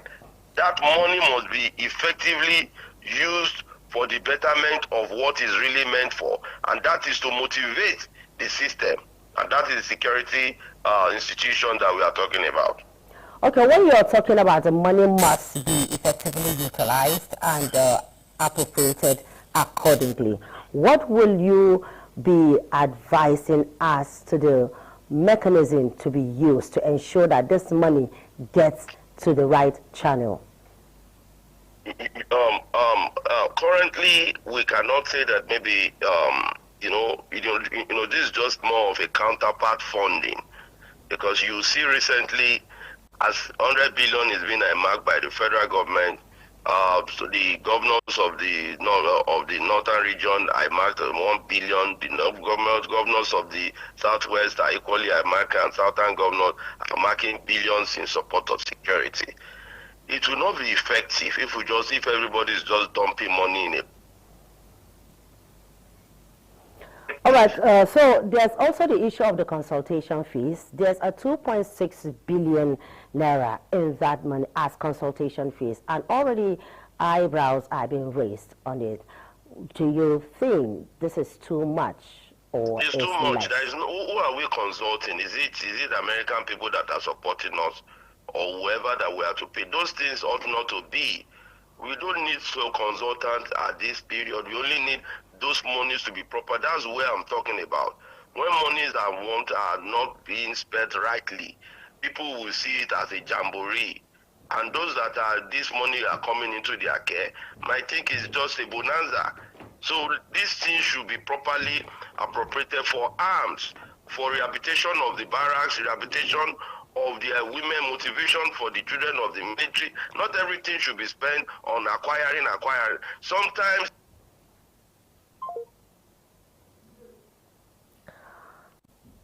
Well, we lost that call, but we'll be calling him back to ensure that we continue that conversation, because Nigerians are keen and they are very interested in trying to know what this 100 billion naira is going to do. Not to mention the fact that the former Chief of Defense Staff has been brought back as the Defense Minister in an interesting turn of events, and yesterday he was confirmed. So we'll be calling our guest back. Yes, I'm with you. Okay, thank you, sir, for staying on the line. As you were saying. Yes. Hello?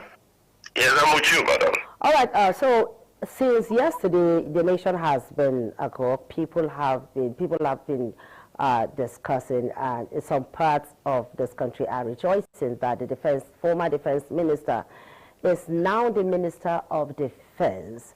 And even yesterday, while he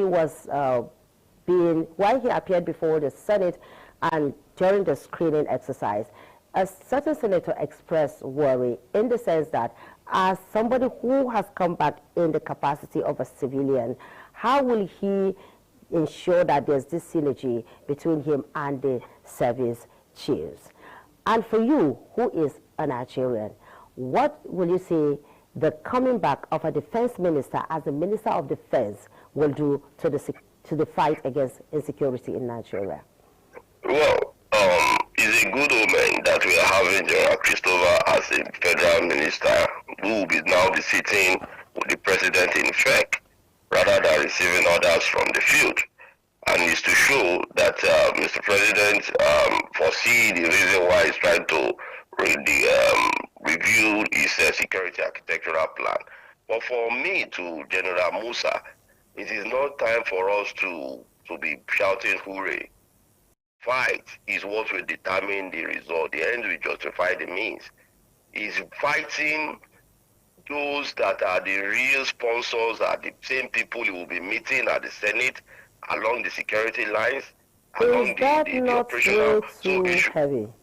So yeah, as a Minister of Defense, he's having a double cap now. One, as an esprit de corps with the military will respect him.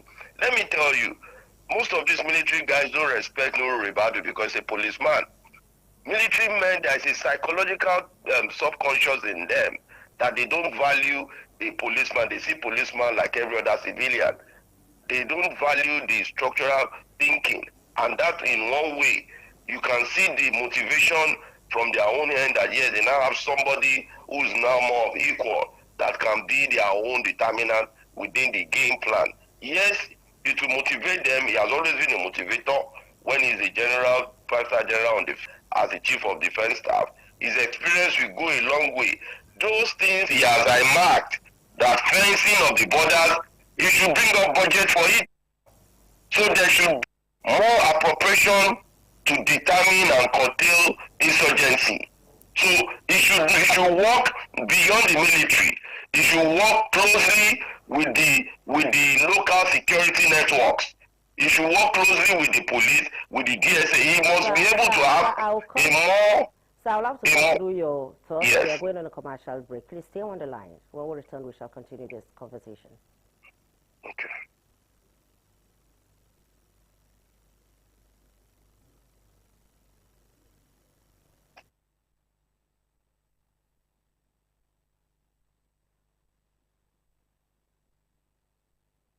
National Economic Council meeting was chaired by its chairman, Vice President Kashim Shettima, and attended by Governor of 36 states of the Federation and the FCT minister who joined online. NEC, after deliberation, approved the sum of 100 billion naira for the rehabilitation of training institutions for the police and other security agencies in the country. This followed recommendation by the ad hoc committee earlier constituted to assess the state of police and security agencies training institutions nationwide. NEC also approved the sum of 2.6 billion naira for consultancy services the project. President Tinubu on the 152nd meeting of NEC in October proposed an overhaul and revamping of training institutions for security agencies nationwide. The chairman of the ad hoc committee, Governor Peter Umba of Enugu State, in his presentation to council, underscored the urgency and significance of the condition of the training facilities, saying most of the training institutions are in their condition. Following the presentation by the governor, the chairman of NEC, Vice President Shettima, reaffirmed the commitment of government to address the situation. Shettima also charged governors of the states in the federation to ensure that economic reforms by the state's government translate into clear, measurable improvement in the lives of Nigerians. Your Excellencies, distinguished ladies and gentlemen, our work today is a demonstration that governance is meaningful only when it improves the lives of the people. Our task is not to admire problems, but to solve them. It is not to explain challenges, but to overcome them. And it is not to hope for progress, but to engineer it with the tools available to us. Noting that governance is meaningful only when citizens can feel its impact, the Vice President particularly urged all tiers of government to focus on execution rather than rhetorics. He also said the era of policy without result must give way to governance defined by tangible outcome in communities across the country. NEC also approved its committee prayer to, among other things, concur with President Bola Tinubu's approval for the payment of outstanding obligation to the tune of 185 billion naira to gas producers to ensure improved supply of gas for domestic consumption. From the Aso Rock Presidential Villa, Abuja, I'm Ikaro Atta, ITV News.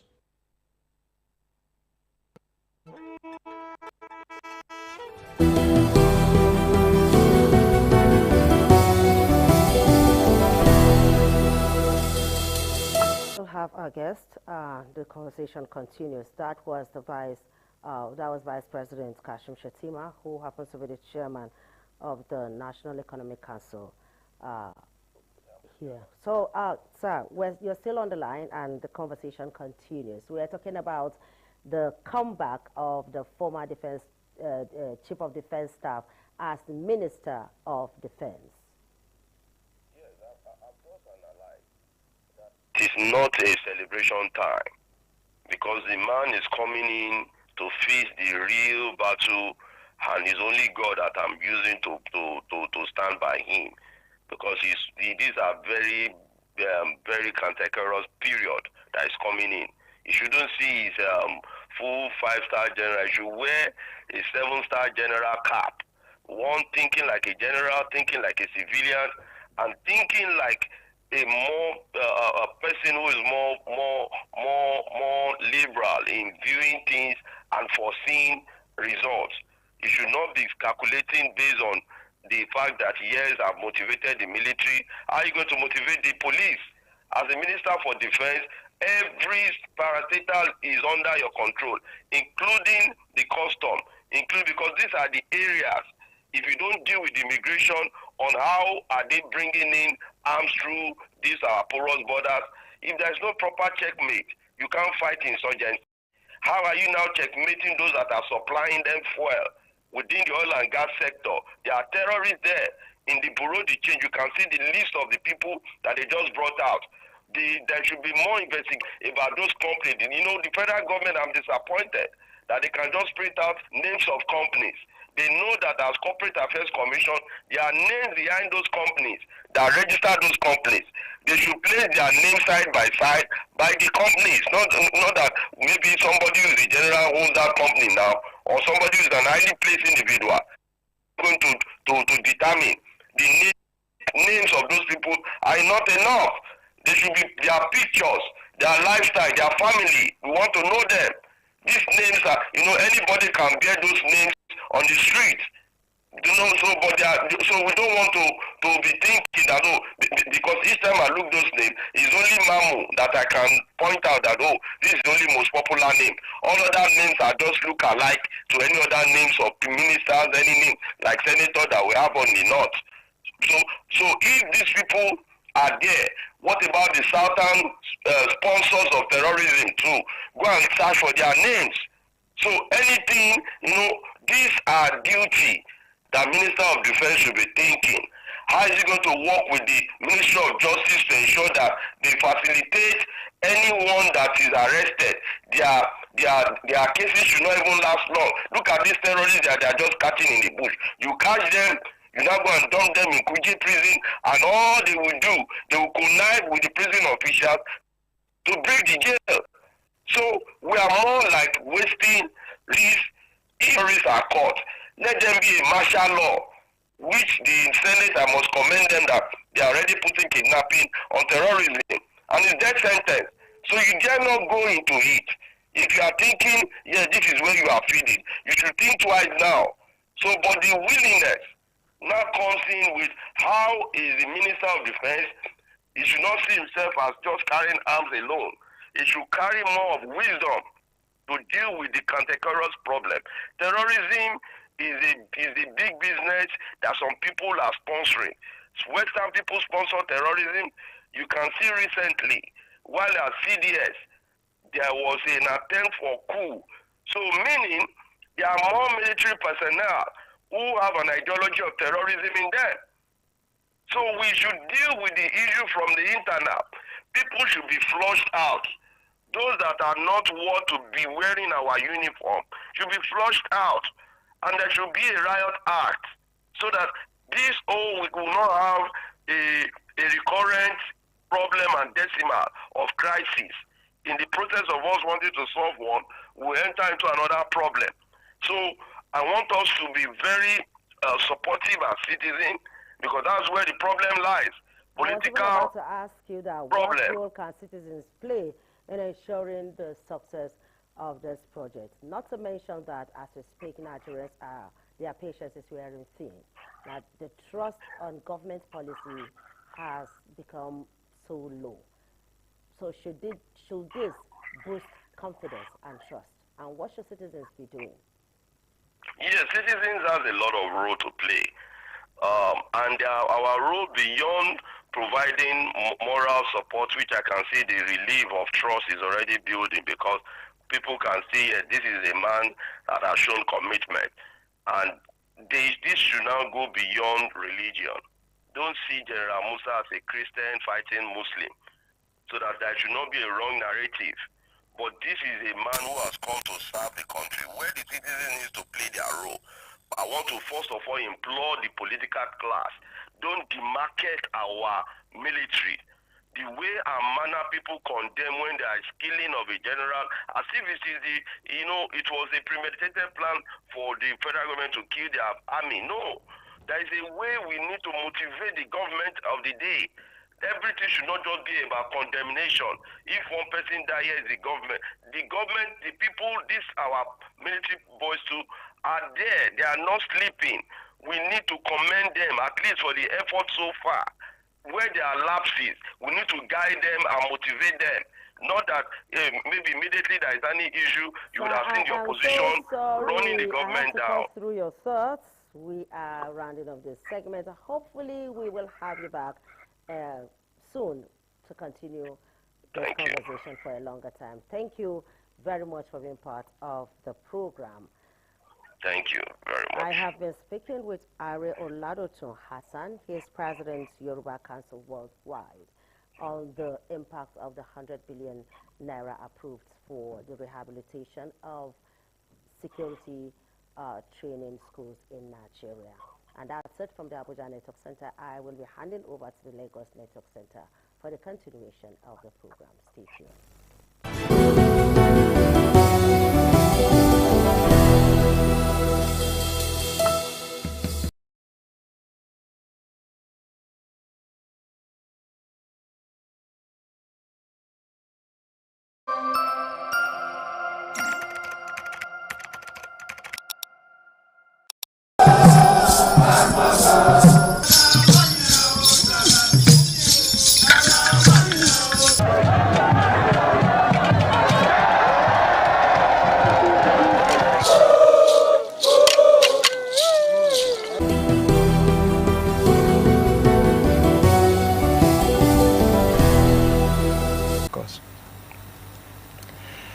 Many thanks for staying with us. And of course, if you just tuned in, this is the continuation of your ultimate news and current affairs program, TMI, reaching you live from our Lagos Network Center on the ITV network. I am Joshua Okata.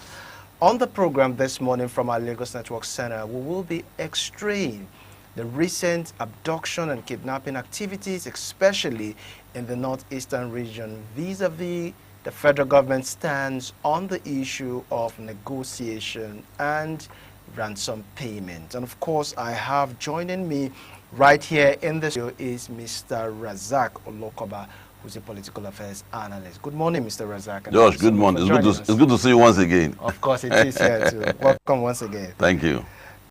Interesting to note that recently the special advisor to President Bola Ahmed Tinubu on policy communication, Daniel Bwala, made some very salient, assertion, especially from the angle of President Bola Ahmed Tinubu. In one breath, the special advisor said, if actually the issue of safeguarding the lives of people bother on the president and negotiation is the way to go to save the life of those citizens, then the president must do everything within his ambit to be able to make sure that the life of those citizens involved are saved. Some Nigerians have reacted to that, stating that that is a direct endorsement on the fact that the federal government actually negotiates with terrorists. In the same breath, the special advisor also said that President Bola Ahmed Tinubu is not paying any ransom or negotiation. In his word, he stated it clearly that he pays zero tolerance to negotiation. Now, what is your view as regards harmonizing these two statements, which Nigerians feel is somehow contrasting or even contradictory? There are three angles to it that I want us to look at. The first, which is the basis for the confusion, that what is the position of Nigeria to terrorists as regards negotiation? Are we a country that negotiates with terrorists for the sake of the life of our people? Or have we weighed the danger and the implication of negotiation because it's indulging? So the first thing is to look at it and say whether we have a position or we don't have a position towards that. And until this morning, I've not seen a clear position who says that we can never negotiate with the position that any government comes knows very well that once anybody is kidnapped, we don't negotiate. We do all it takes to rescue the person. We don't have a position on that. So we don't know. Are you saying? No, I'm just stating. I'm just stating as a policy of the government of Nigeria today. I'm not taking a. I'm not analyzing yet. Okay. I'm just informing you and Nigerians that we don't have a position. Whether we'll be negotiating with terrorists or not, I'm just telling Nigeria to know that, so that we then begin to enter the crossroads. So that's why I said there are three angles to it. Okay. And that's the first angle. All right. That there's no clear position, whether the government is negotiating or whether there's a policy that says we will never negotiate. I've not had any government official declaring that since 1999 till date. Okay. So if we negotiate or we don't negotiate, it's not a thing that we hold anybody responsible to. But the second thing is to look at what people are angry about, what Biala said. Let's look at what they have said before we then come back to whether it is worthy of what Biala said. Did we have to get to that point where we have to be negotiating with terrorists? We are not supposed to get to the point where we'll be careless with our country to that extent, because it's carelessness when you see a roadmap to strengthening your country and you refuse to take it. And I blame government of this country since 1999 till date for that. The security architecture of this country is faulty. And a direct consequence of which is what you are witnessing today. You can't hand over my life, your life, Nigerians' life of 250 million to 200,000 people to secure our life. And you are expecting a foolproof security. We are not serious as a people. We are not serious as a nation. We have a single institution in Nigeria that is that's a direct responsibility to tackle terrorism and secure lives of Nigerians, which is the police. They don't have that capacity. And we have expressed it in so many ways that does not mean that our current police have any deficiency. No. What we are saying is that it can't work. The burden on them will be too much. There must be a complementary role. The state you come from, you are here in Lagos. People are there, living there. You send someone from maybe Sokoto, maybe Kwara, and the people there are sleeping, having a nice time. They are not taking part. Not because they don't want to take part, but the law says that don't want someone's going to guide your life. It creates barrier for intelligence. Someone I don't know. It's difficult for me to warm up to him. And that's the reason why you see our men getting killed because of lack of intelligence. The people in the area, they don't feel safe with people who are not there. So, well, then the federal police itself has that limited capacity to also have the required spread in terms of number. The number of police we are supposed to employ, we have employed though. Contrary to what people think, employ more. No, you don't employ more police. You create layer for states to join and play their own role. Recruitment for banditry, with bigger crimes, starts from the grassroots, from pickpocket. Someone don't become a robber overnight or bandit overnight. It starts from pickpocket, small crime. There is no capacity for federal police to curb crime at local level, except by local police, except by state police. So this is the missing link, and that's why I agree with people who felt that we are not, whether we are negotiating or not. If you apply all solutions, you should have a challenge. That's when you will be saying we have been overwhelmed. But we are approaching it the wrong way. Right, and we are not, now for Biala. No. Pause for a while, because I really want to address that issue you talked about.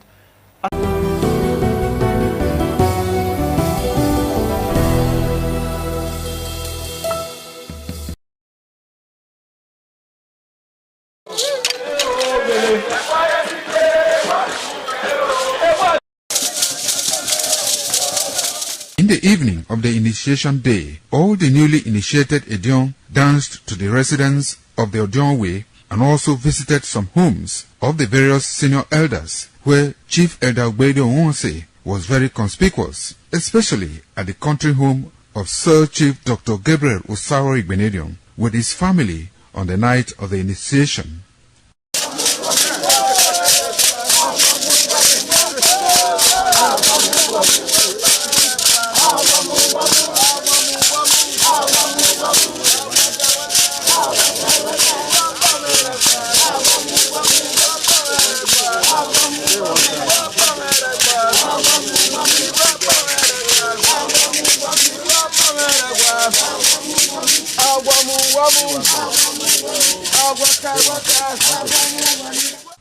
On the following morning, as part of the rite to be performed by the newly initiated Edion in Okada town, the initiates, led by Chief Elder Ogbede Onwonse,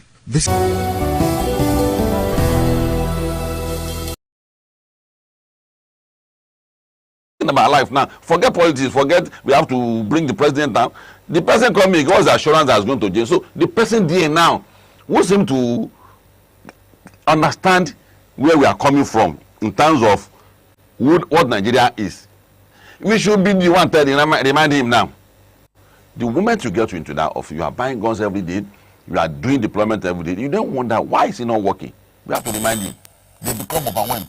He slept 4 a.m., he woke up 6 a.m. again. And you such a person, he won't agree with you until you have to carefully explain to him that no, what we are saying is not that you are not working, but you are mismanaging the national asset, the police. Now, when Biala said what he said, we find ourselves in this mess already. And I don't disagree with anybody at this juncture where everything is in trouble. we have compromised our Nigerians as a government. The government has compromised us. So is Boala now playing to the gallery? What I'm saying now, since 1999, all Nigerian presidents has compromised Nigeria by running this kind of security architecture. So whatever it takes, go and bring my own citizens, flesh and blood like me, go and bring them out. Even if it means having to placate these terrorists. Because I'm not the cause of the problem. Went to church and took people, killing young police officers, slaughtering soldiers. Whatever it takes to take them, let them come out. But you know, I said, we have to get to that point, and which is the next thing we should be talking about now. Now, more people will be kidnapped. Where we find ourselves today, Josh, we are in a mess, because the sovereignty of Nigeria is getting cracked. What sovereignty? Me and you. Who do we look up to for instructions? People who are looking up to terrorists for instructions in their villages. And there's a village in the southwest town. It's been divided into two. Let's give half to bandits. Let the original owner take half. That is dangerous for us as a nation. All right. Now, when we begin to negotiate, not government, the owner of sovereignty, me and you, begin to talk to terrorists. I saw bandits checkpoint. I saw Boko Haram checkpoint. When I went to Breningwari for a project, I keep saying this. That means there's a danger to our sovereignty. And that's why it's not a joke at all. I don't want to hear anybody playing politics with this matter. It's my life. I can't go. I'm careful. When I'm going to Kwara, I'm always happy. I want to go and read. I want to go and see my people. But people keep calling me. I say, be careful. You are coming no more. Because they are encroaching. They are encroaching. Maybe they are coming to the capital. And you know the strategy in military. I read a bit of security as a public, as an expert in politics. See, they are dispersing our military men. The open flank there. If you have an army here, concentrated. So they are dispersing them. 100 go there, 50 go here, 1 go there. It's a strategy for them. They are dispersing our people. So they won't have a strong center. Didn't you see that? It's not the business, won't be the business of the army. So it's us for us now. Get those people out. Either by inducement, either by question, either by tacit threat, just get them and then we begin to do their property. What's their property? It's not forest police. So forest police is another layer of state police, another, sorry, not state, federal police. I don't know why we want to embrace a concept. I will do it wrongly. Look at local government autonomy now.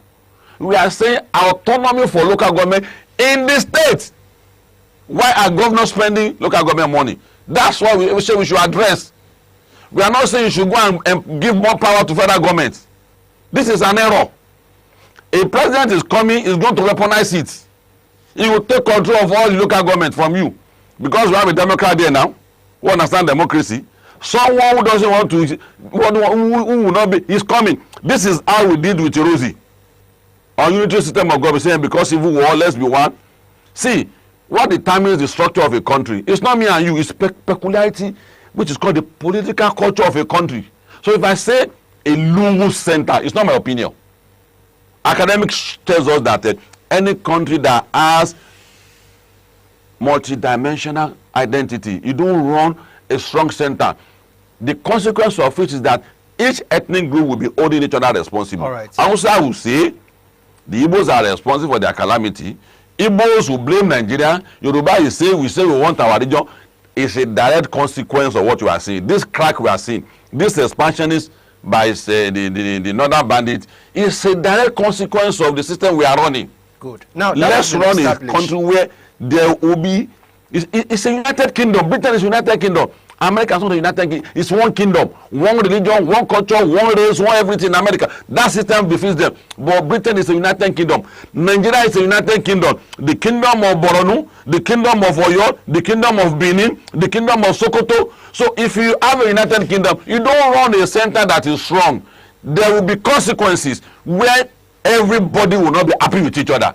This is it. This is the picture. All right. So you have established that fact that we need to run, a system where each, region has a kingdom so that they'll be able to man themselves properly, given their peculiarities. Now, let us extray some of these abduction and kidnapping activities where government have come out to deny that there was actually no negotiation and ransom paid. Now, my first point of call is that of the Kebbi State, where 24 students were reunited back to their families.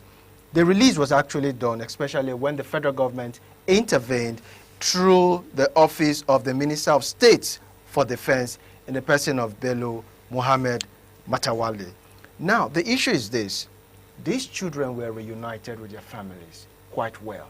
Now, the point is, why were newsmen, journalists, restricted from having an interface, more like an interview with those girls? You see, the military era in Nigeria has damaged our psyche. It's not so much. And the people who suffered from that damage most are the political class. The military does their things because they know they don't enjoy the sovereignty of Nigeria. So they don't consult you. Whatever they do, they even do things in secrecy, mostly. So that's what the political class inherited. There are things that they are classifying, and I laugh at them. The question of coup, there's no coup. You see, in 1966, there were rumors of coup. Tafawa Balewa, Ahmadu Bello, Akintola were aware. And many other people, they were hiding until it happened. You expose such thing. Any political class that felt, you should come, let's story to the bit. There are demerits if you deny, there are merits there. But the merit is far, far lesser than when you speak out. There are things the political class classified and I laugh at them and I'm it's in shock. You see, when we get to certain states in life, we have to admit that it is not government that failed you. I'm just coming. We all failed ourselves. That's not the fault of the government. If there's a deficiency in negotiation, there's a track record that at this juncture, we can't get these boys back. Oh.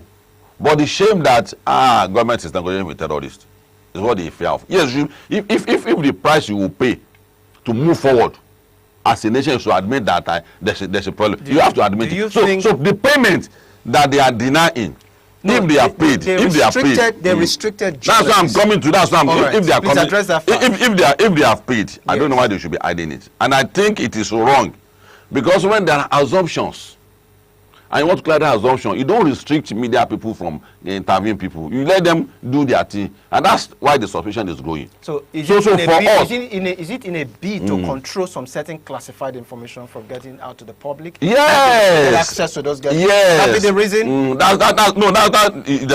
There's no need analyzing it further.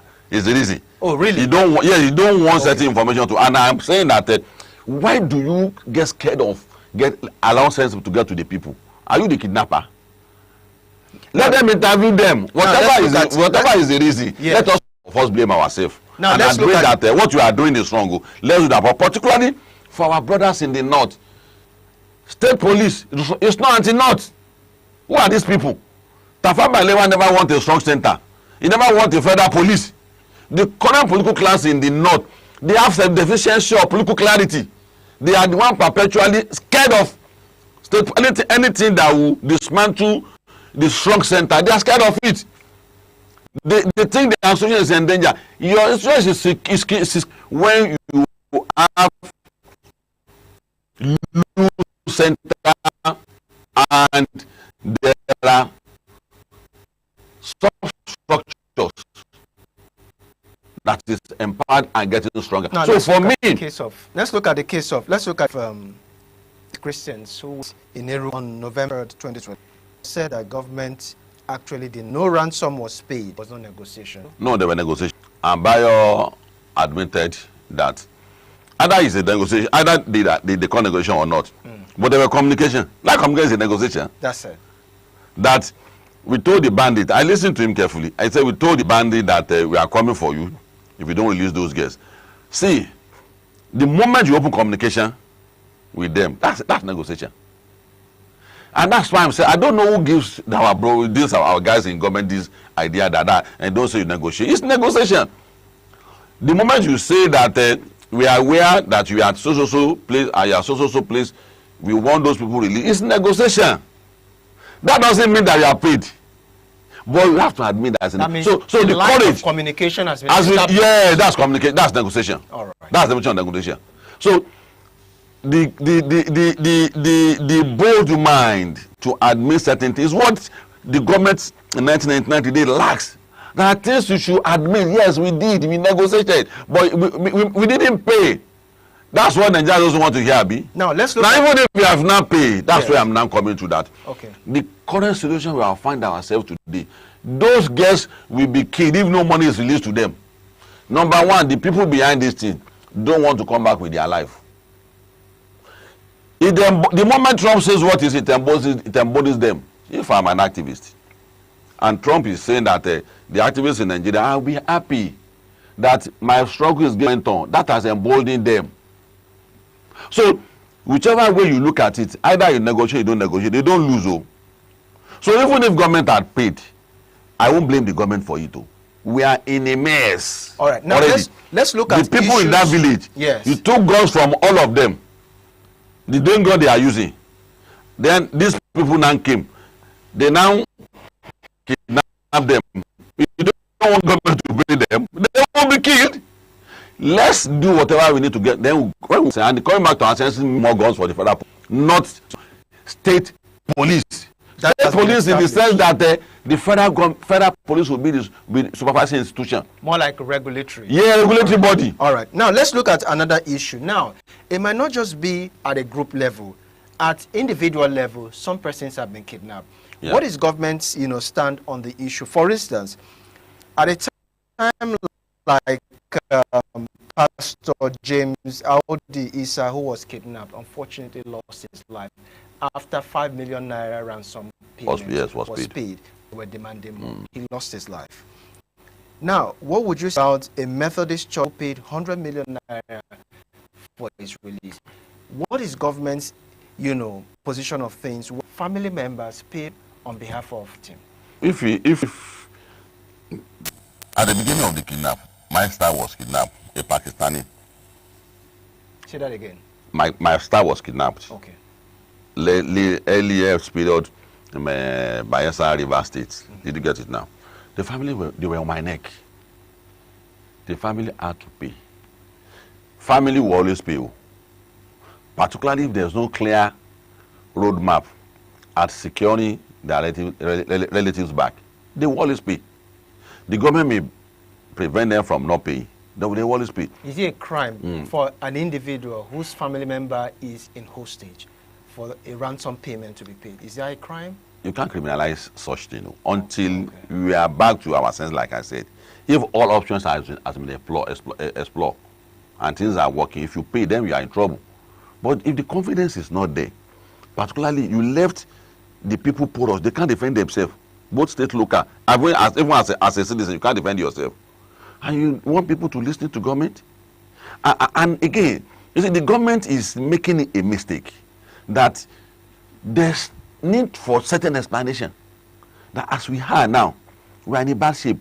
You see, if you tell Nigerians the true position of our security, Nigerians will understand with you. But to keep giving the impression that, no, we are okay, then if you are okay, do the needful. Pause for a while. Do the needful. Let's look at the subnational level. Kaduna State, to be precise, under the leadership of Governor Dikko, confirmed that nation with terrorists in 4 frontline local governments, citing locally made communities-owned initiative to restore peace. Another instance where even the bandits themselves attested to the fact that negotiation was done. In Katsina State, bandits claimed that the government turned them into terrorists, saying they were forced into banditry due to government actions. They agreed to stop attack after government initiatives. What's your take on that? And that is why I'm saying that each state should take responsibility for its life. People who want to continue to negotiate with us should continue. For us in the Southwest, we don't want to negotiate with bandits. I'm one of the co-founders of Amatekun. If Buhari had allowed you to work, if the governors are allowed to work, if the president there now, who is also a comrade, my own comrade, and I'm appealing to make it work, it will be easy for us to root out bandits in South without negotiating with them. So any state should design its own way of life. So in the North, if it is their way of life, let them have it. Let them cohabit together with terrorists. There's no problem. But there will be consequences for them, and they will still stay running. And that's why the people continue to ask them the question, why is Lagos working? Why is also state working? Why is our state not working? And that's why United Kingdom's works. When Britain is united. London is working. The Scottish will ask questions. So there will be basis for comparison and there will be that development. So for me, we need to look at the peculiarity of Nigeria and run our country based on that peculiarity. Our refusal to do so is what we have witnessed to. It's a direct consequence of it. So I appeal to Mr. President,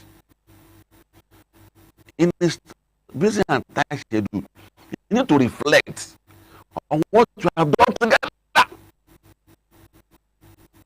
as organizations, as members of the same people pursue better days for Nigeria, to look at security in our country, and that because security last time, he should give him state police. Thank you of him. Much, Mr. It's a pleasure. That's your two matter with time. Local affairs sharing with us on extreme security issues and, of course, government stands on the issue of the Naira in negotiation and ransom payment. That's our offering for you from our Lagos Network Center. Many thanks for watching, and of course, it's about time now for us to move you over to our Benin Network studio for the rest of the program. Do stay.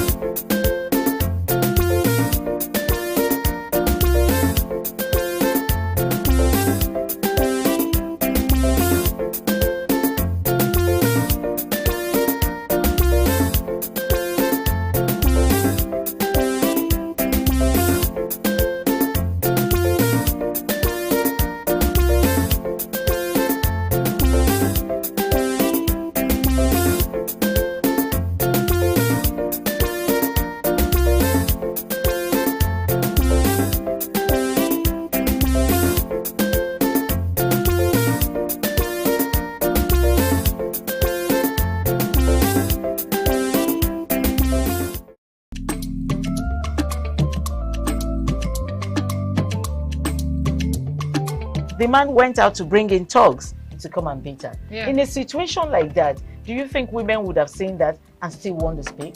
Really, we're talking That's about what I said. So that's- when they bullied her, if she's not bold enough, she will shut up. What is your advice for girls out there that are so desperate to be married? We women, we have to be really intentional about our parenting. If you know a child is being abused, or you see signs, a bruise or a child, it has to be investigated. people barely even breathe when they are going for a shrebi and something. Party. You have to be They can't smart. sit If down. you see where they are dressing them up and dragging on both sides, you cannot breathe. And these women would stay in those events for hours just to keep up with that beauty trend. Is that healthy? That's not healthy. I am Patricia Uremu Gabriels, and we're reaching you live from our Lagos Network studio. Of course, Women in Conversation is a program designed for women to discuss about themselves.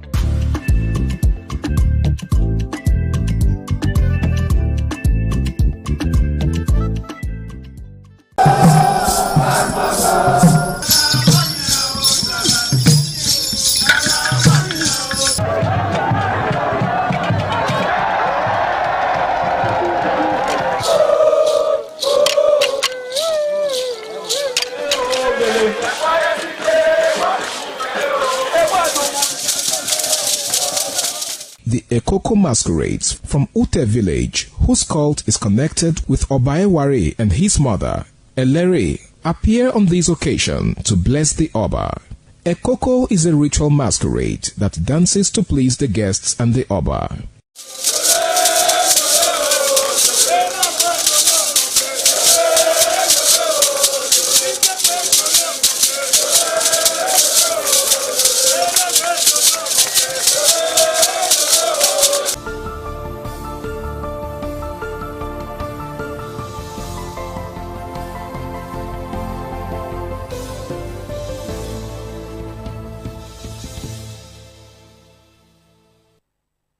A very pleasant morning to you, and thank you for joining us on the news update on ITV. I am Lawrence Osifu. A social dance has been held in honor of late Mr. Alex Igbinosun Okoro, who passed away at the age of 80. The event brought together family members, friends and associates who gathered to celebrate a man many describe as a peaceful, generous and deeply committed to family values. Ofure Aneto has more.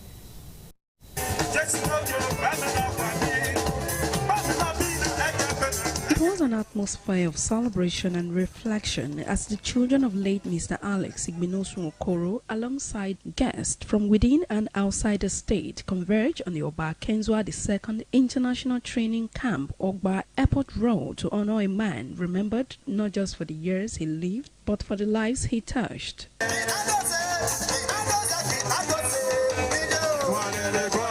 The children, who also took turns on the dance floor, shared fond memories of the late octogenarian and reflected on the values and legacy their father stood for. To God be the glory.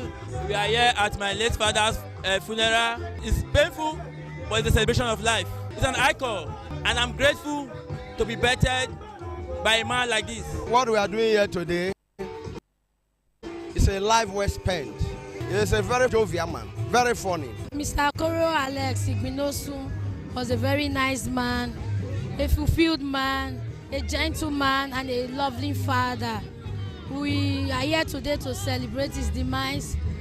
We will miss him so greatly, and it has been such a tough journey for all of us. I miss him very well because the way he take me and his children then, everybody was thinking he's my father. So I really missed him.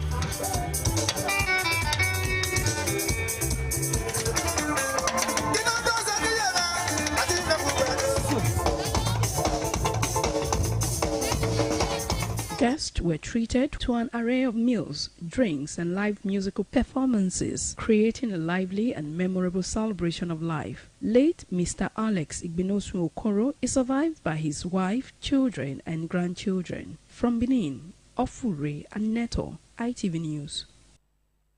To the red chambers of the National Assembly, where the Senate has passed through second reading the National Emergency Toll Service NETS Establishment Bill 2025. The bill, sponsored by Senator Abdulaziz Musa Yeradua, Katsina Central, set to create a uniform, accessible and rapid emergency response system through a dedicated free digital toll-free number available nationwide.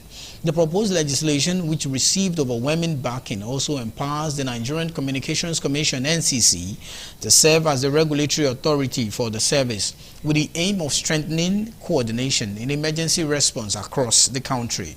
Amid renewal, the national security challenges, the upper legislative chamber has announced a major shake-up of several standing committees, fulfilling its earlier pledge to reconstitute the Committee on National Security and Intelligence. Under the new arrangement, Senator Yahaya Abdullahi of Kebbi State is now named chairman of the Senate Committee on National Security and Intelligence. The Anti-Graft Agency, the Economic and Financial Crimes Commission (EFCC), has told the Special Offences Court in Lagos that the former Apex Bank Governor Godwin Emefiele, its co-defendant Harry Omoile, voluntarily made his statement in the $4.5 billion fraud trial of the duo. While Emefiele is standing trial on a 19-count charge bordering on gratification and corrupt demands, Omoile faces a 3-count charge relating to unlawful acceptance of gifts. Both defendants pleaded non-guilty. In a trial within trial to determine the voluntariness of the statement made by Omoile, an EFCC operative, Alvan Gurumwan, also, who told the witness boss, said that the officer of the commission coerced the defendant into making any statement. At the last sitting of the court on October 9, 2025, prosecuting counsel Rotimi Oyedepo, a senior advocate of Nigeria, sought to tender Omoile's extrajudicial statement in evidence, but defense counsel Adeyinka Kotoye, senior advocate of Nigeria, objected, insisting that the statement were not voluntarily made. Justice Mahmoud Oshodi subsequently ordered a trial within trial. Under cross-examination by the defense counsel, the senior advocate of Nigeria, Olalekan Ojo and Kotoye Guruman, admitted that despite it being part of the EFCC's standard practice, no video recording of the statement taken was made, and the signature of the lawyer was also not included in the statement.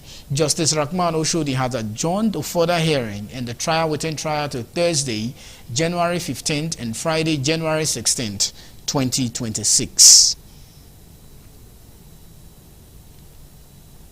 A wave of fear swept through the Yekogba area of Benin City on Tuesday following the disturbing incident of a mob violence involving students of Yekogba Secondary School.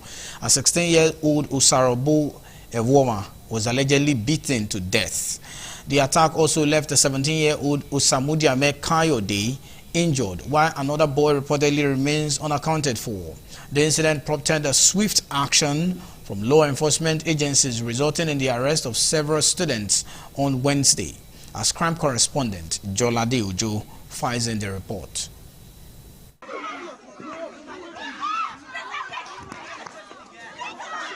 The tragic incident, which occurred after school hours, is under investigation. However, unconfirmed reports suggest a dispute over a girlfriend may have triggered the assault. Family members of the victims reportedly led officers of the Iyekogba Police Division to the school, resulting in the arrest of several students suspected to have been involved. While accounts differ, the elder brother of the deceased, Lester Voma, who spoke off camera, explained that Osarabo, who attended a nearby private school and was not enrolled at Iyekogba, was invited by his friend Osemudame Kayode, who reportedly had a quarrel with some students the previous day, to accompany him to collect his NECO slip. Shortly after receiving the slip and preparing to leave, the boys were suddenly ambushed by a group of students. Father of the surviving victim, Oriaki Kayode, also shared his son's harrowing account of the assault and the injuries he sustained. I know rich now is my son say want to go collect the shot card for Neku, for a bull.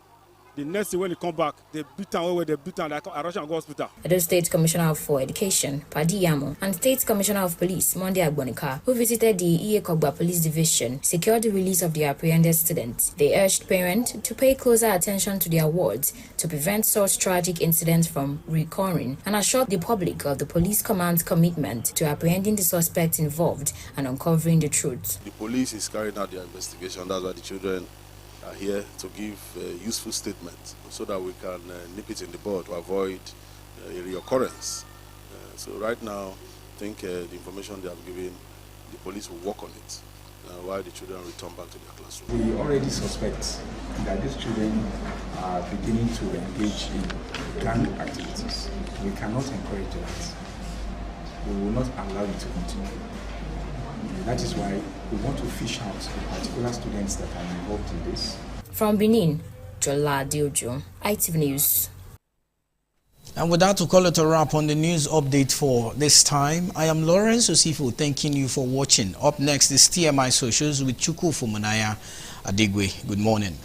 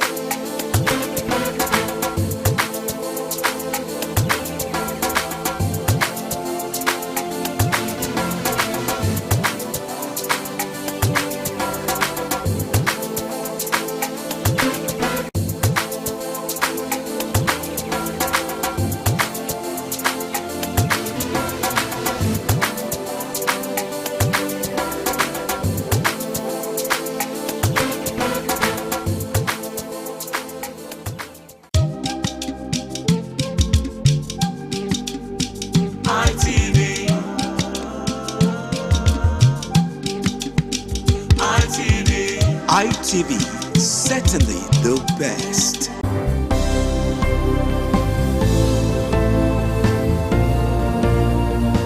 Thank you very much for joining us on the program, Healthy Living. What is the kidney? The kidney is an excretory organ in the body, which is for metabolism. Tuberculosis affects many organs in the body, but the common ones it usually affects is the lungs. Epilepsy is a neurological problem. Okay. It is an injury in the brain, which causes someone to begin to convulse, to go into fits. It is curable, but the cure is a long-term thing. If you eat well and avoid those risk factors that will make your immunity to be down, then the risk of contracting tuberculosis will be reduced. If you're healthy, then you're wealthy.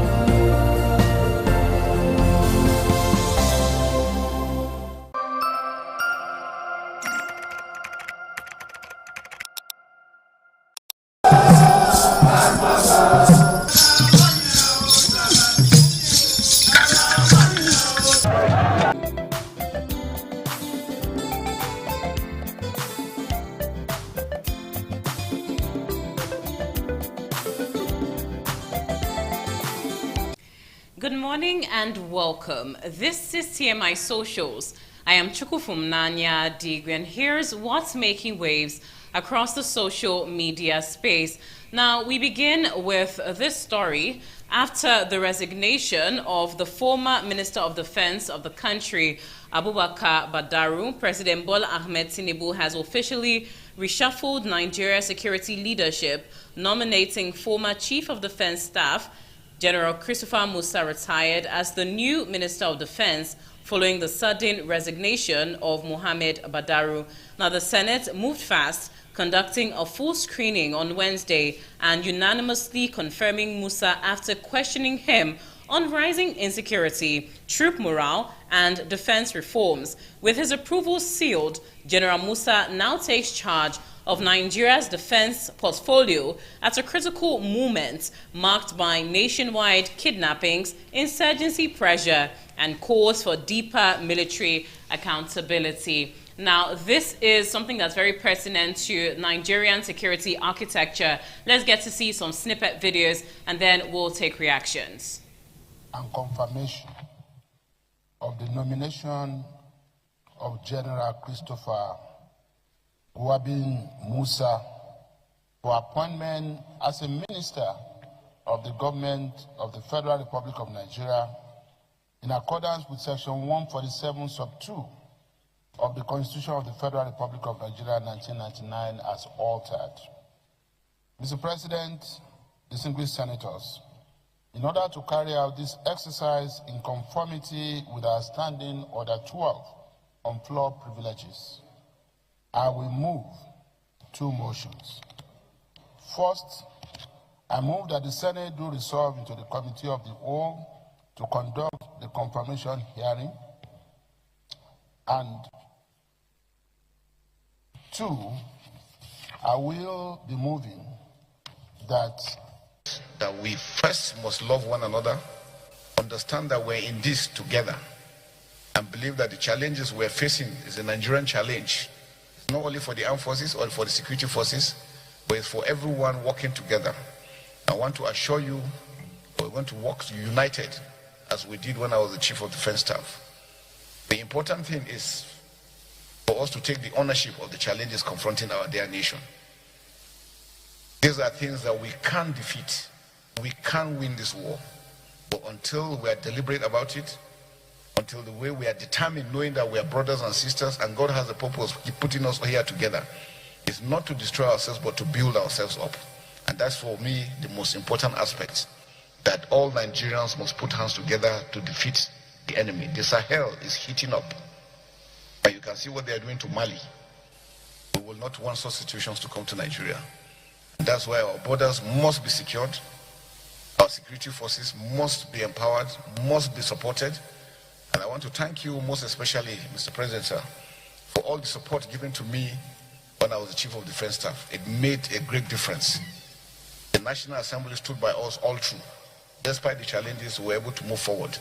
And I can assure you that together, as a servant of this nation, We'll continue to work together in ensuring that we secure their country. Nigeria is great. We will never be ashamed. And All right, we got to play 2 videos for you. The first one being when it was brought before the House, and the second one, the comments of the new Minister of Defense, the person of Christopher Musa, General Christopher Musa, retired. Now let's get to see how the social media space is taking this. Let's see reactions. Well, for the first reaction, it says, to the nation, it was a resounding achievement. We have witnessed his antecedents as the Chief of Defense Staff. Meanwhile, we pray that God Almighty to safeguard his efforts and ensures his objectives ahead remain achieved. Amen. More so, my heartily congratulations to him and the ministry. Let's see another comment. This next reaction says, smart move by President Tinubu to appoint the 4-star general, recently former CDS, General Christopher Musa, as Minister of Defense. I have a feeling that this move will help solidify the new approach to insecurity crisis we face in the North. If North is secured, Nigeria is secured. Let's see another comment. This next comment says, we know it will not be an easy task, especially since analysts have revealed that a lot of people are benefiting from the insecurity, but sincerely, CG Musa will make a difference. We'll all feel it. Hello, General retired, but not tired. Go ahead and succeed, sir. Let's take this last comment. This reaction says, General Musa spoke like a man who has seen the fire up close. No grammar gymnastics, just raw truth. Fortify the borders now, equip the troops properly, and give them the political backing to finish the job. Nigeria first. Well, those are the comments as regard the new appointment of the Minister of Defense right here in Nigeria, General Christopher Musa, retired. Now, for our second story, it's still from the Nigerian Senate, as the Senate advances bill to classify kidnapping as terrorism. It was sponsored by Senate leader Okpeyemi Bamidele. The measure imposes the death penalty on kidnappers, their backers, informants, and accomplices, even for attempts or plots, with no lesser punishment allowed.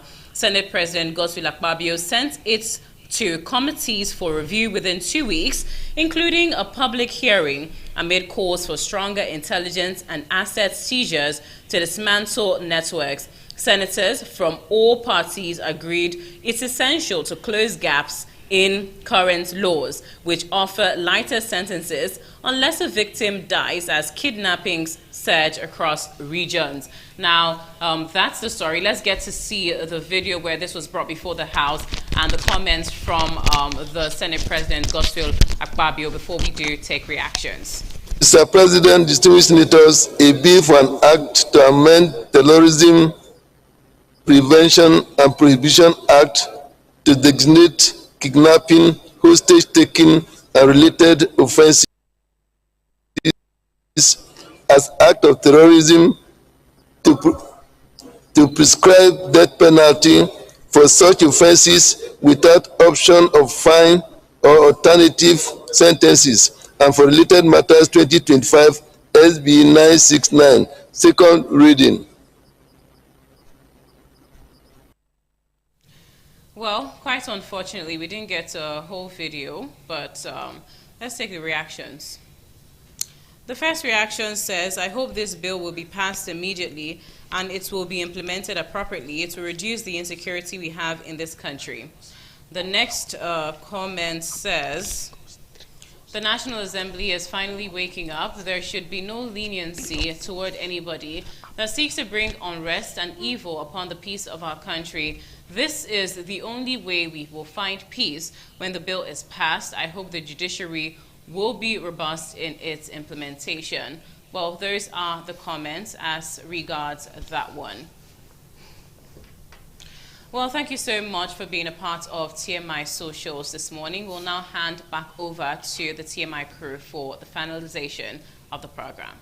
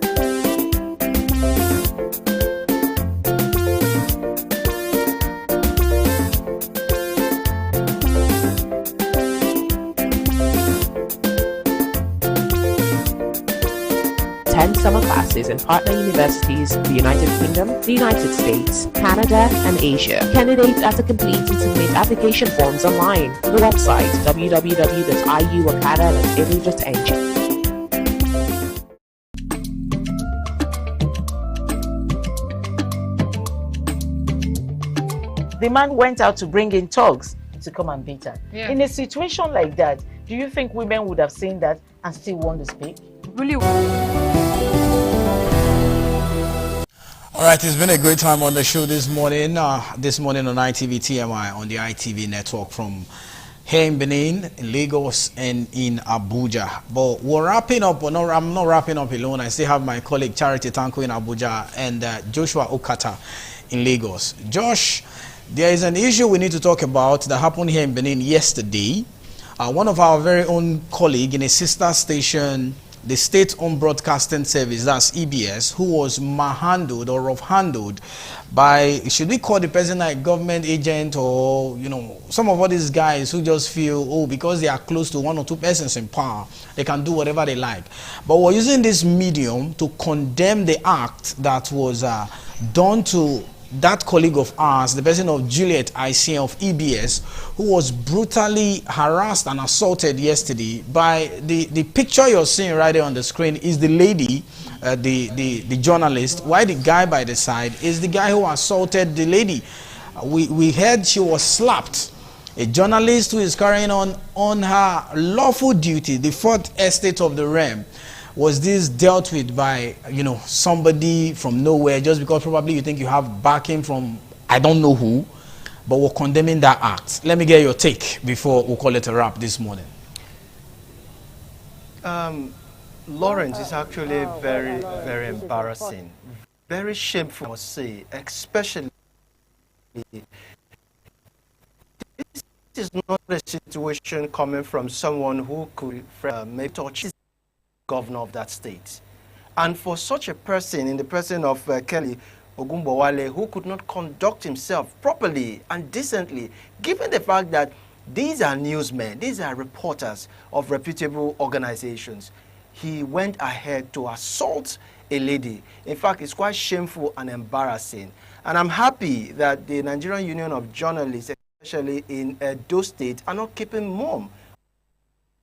Actually made a press statement condemning the act and of course calling it what it is. It is a blatant attack on journalists, and it also calls on the issue of how safe we are at our workplaces. The workplace is actually not safe, given this kind of elements parading themselves as aid to governors of states. And I'm also waiting on the part of the governor of that state, I'm talking about Senator Monday Okpeholo, to also condemn the act, and not just condemning the act, also call for an investigation into that dastard act. And if this young man is actually found wanted, disciplinary measures should be meted on him, so that individuals like him to prove overzealous, especially when they find themselves in amidst governors, would have a rethink next time when they see pressmen.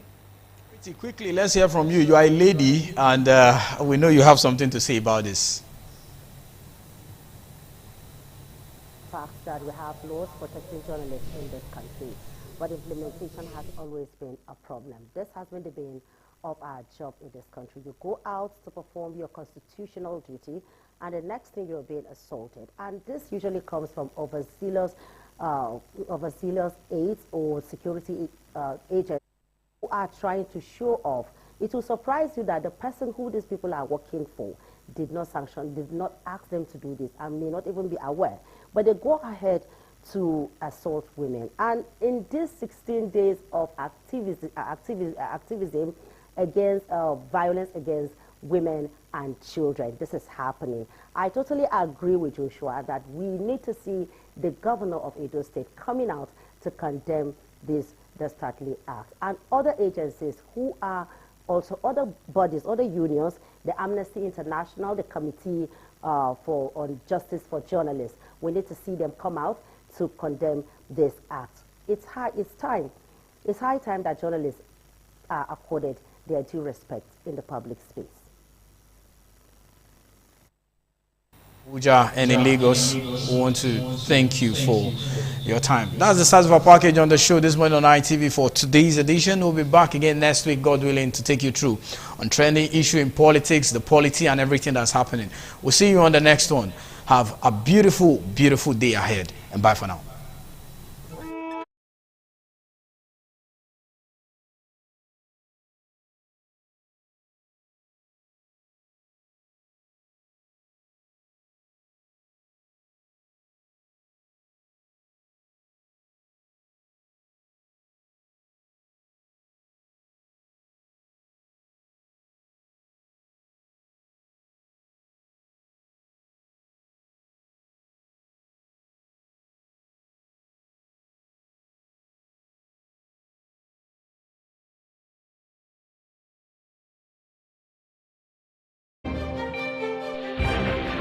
This is ITV.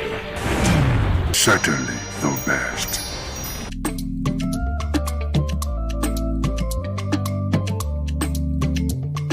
The man went out to bring in thugs to come and beat her. Yeah. In a situation like that, do you think women would have seen that and still want to speak?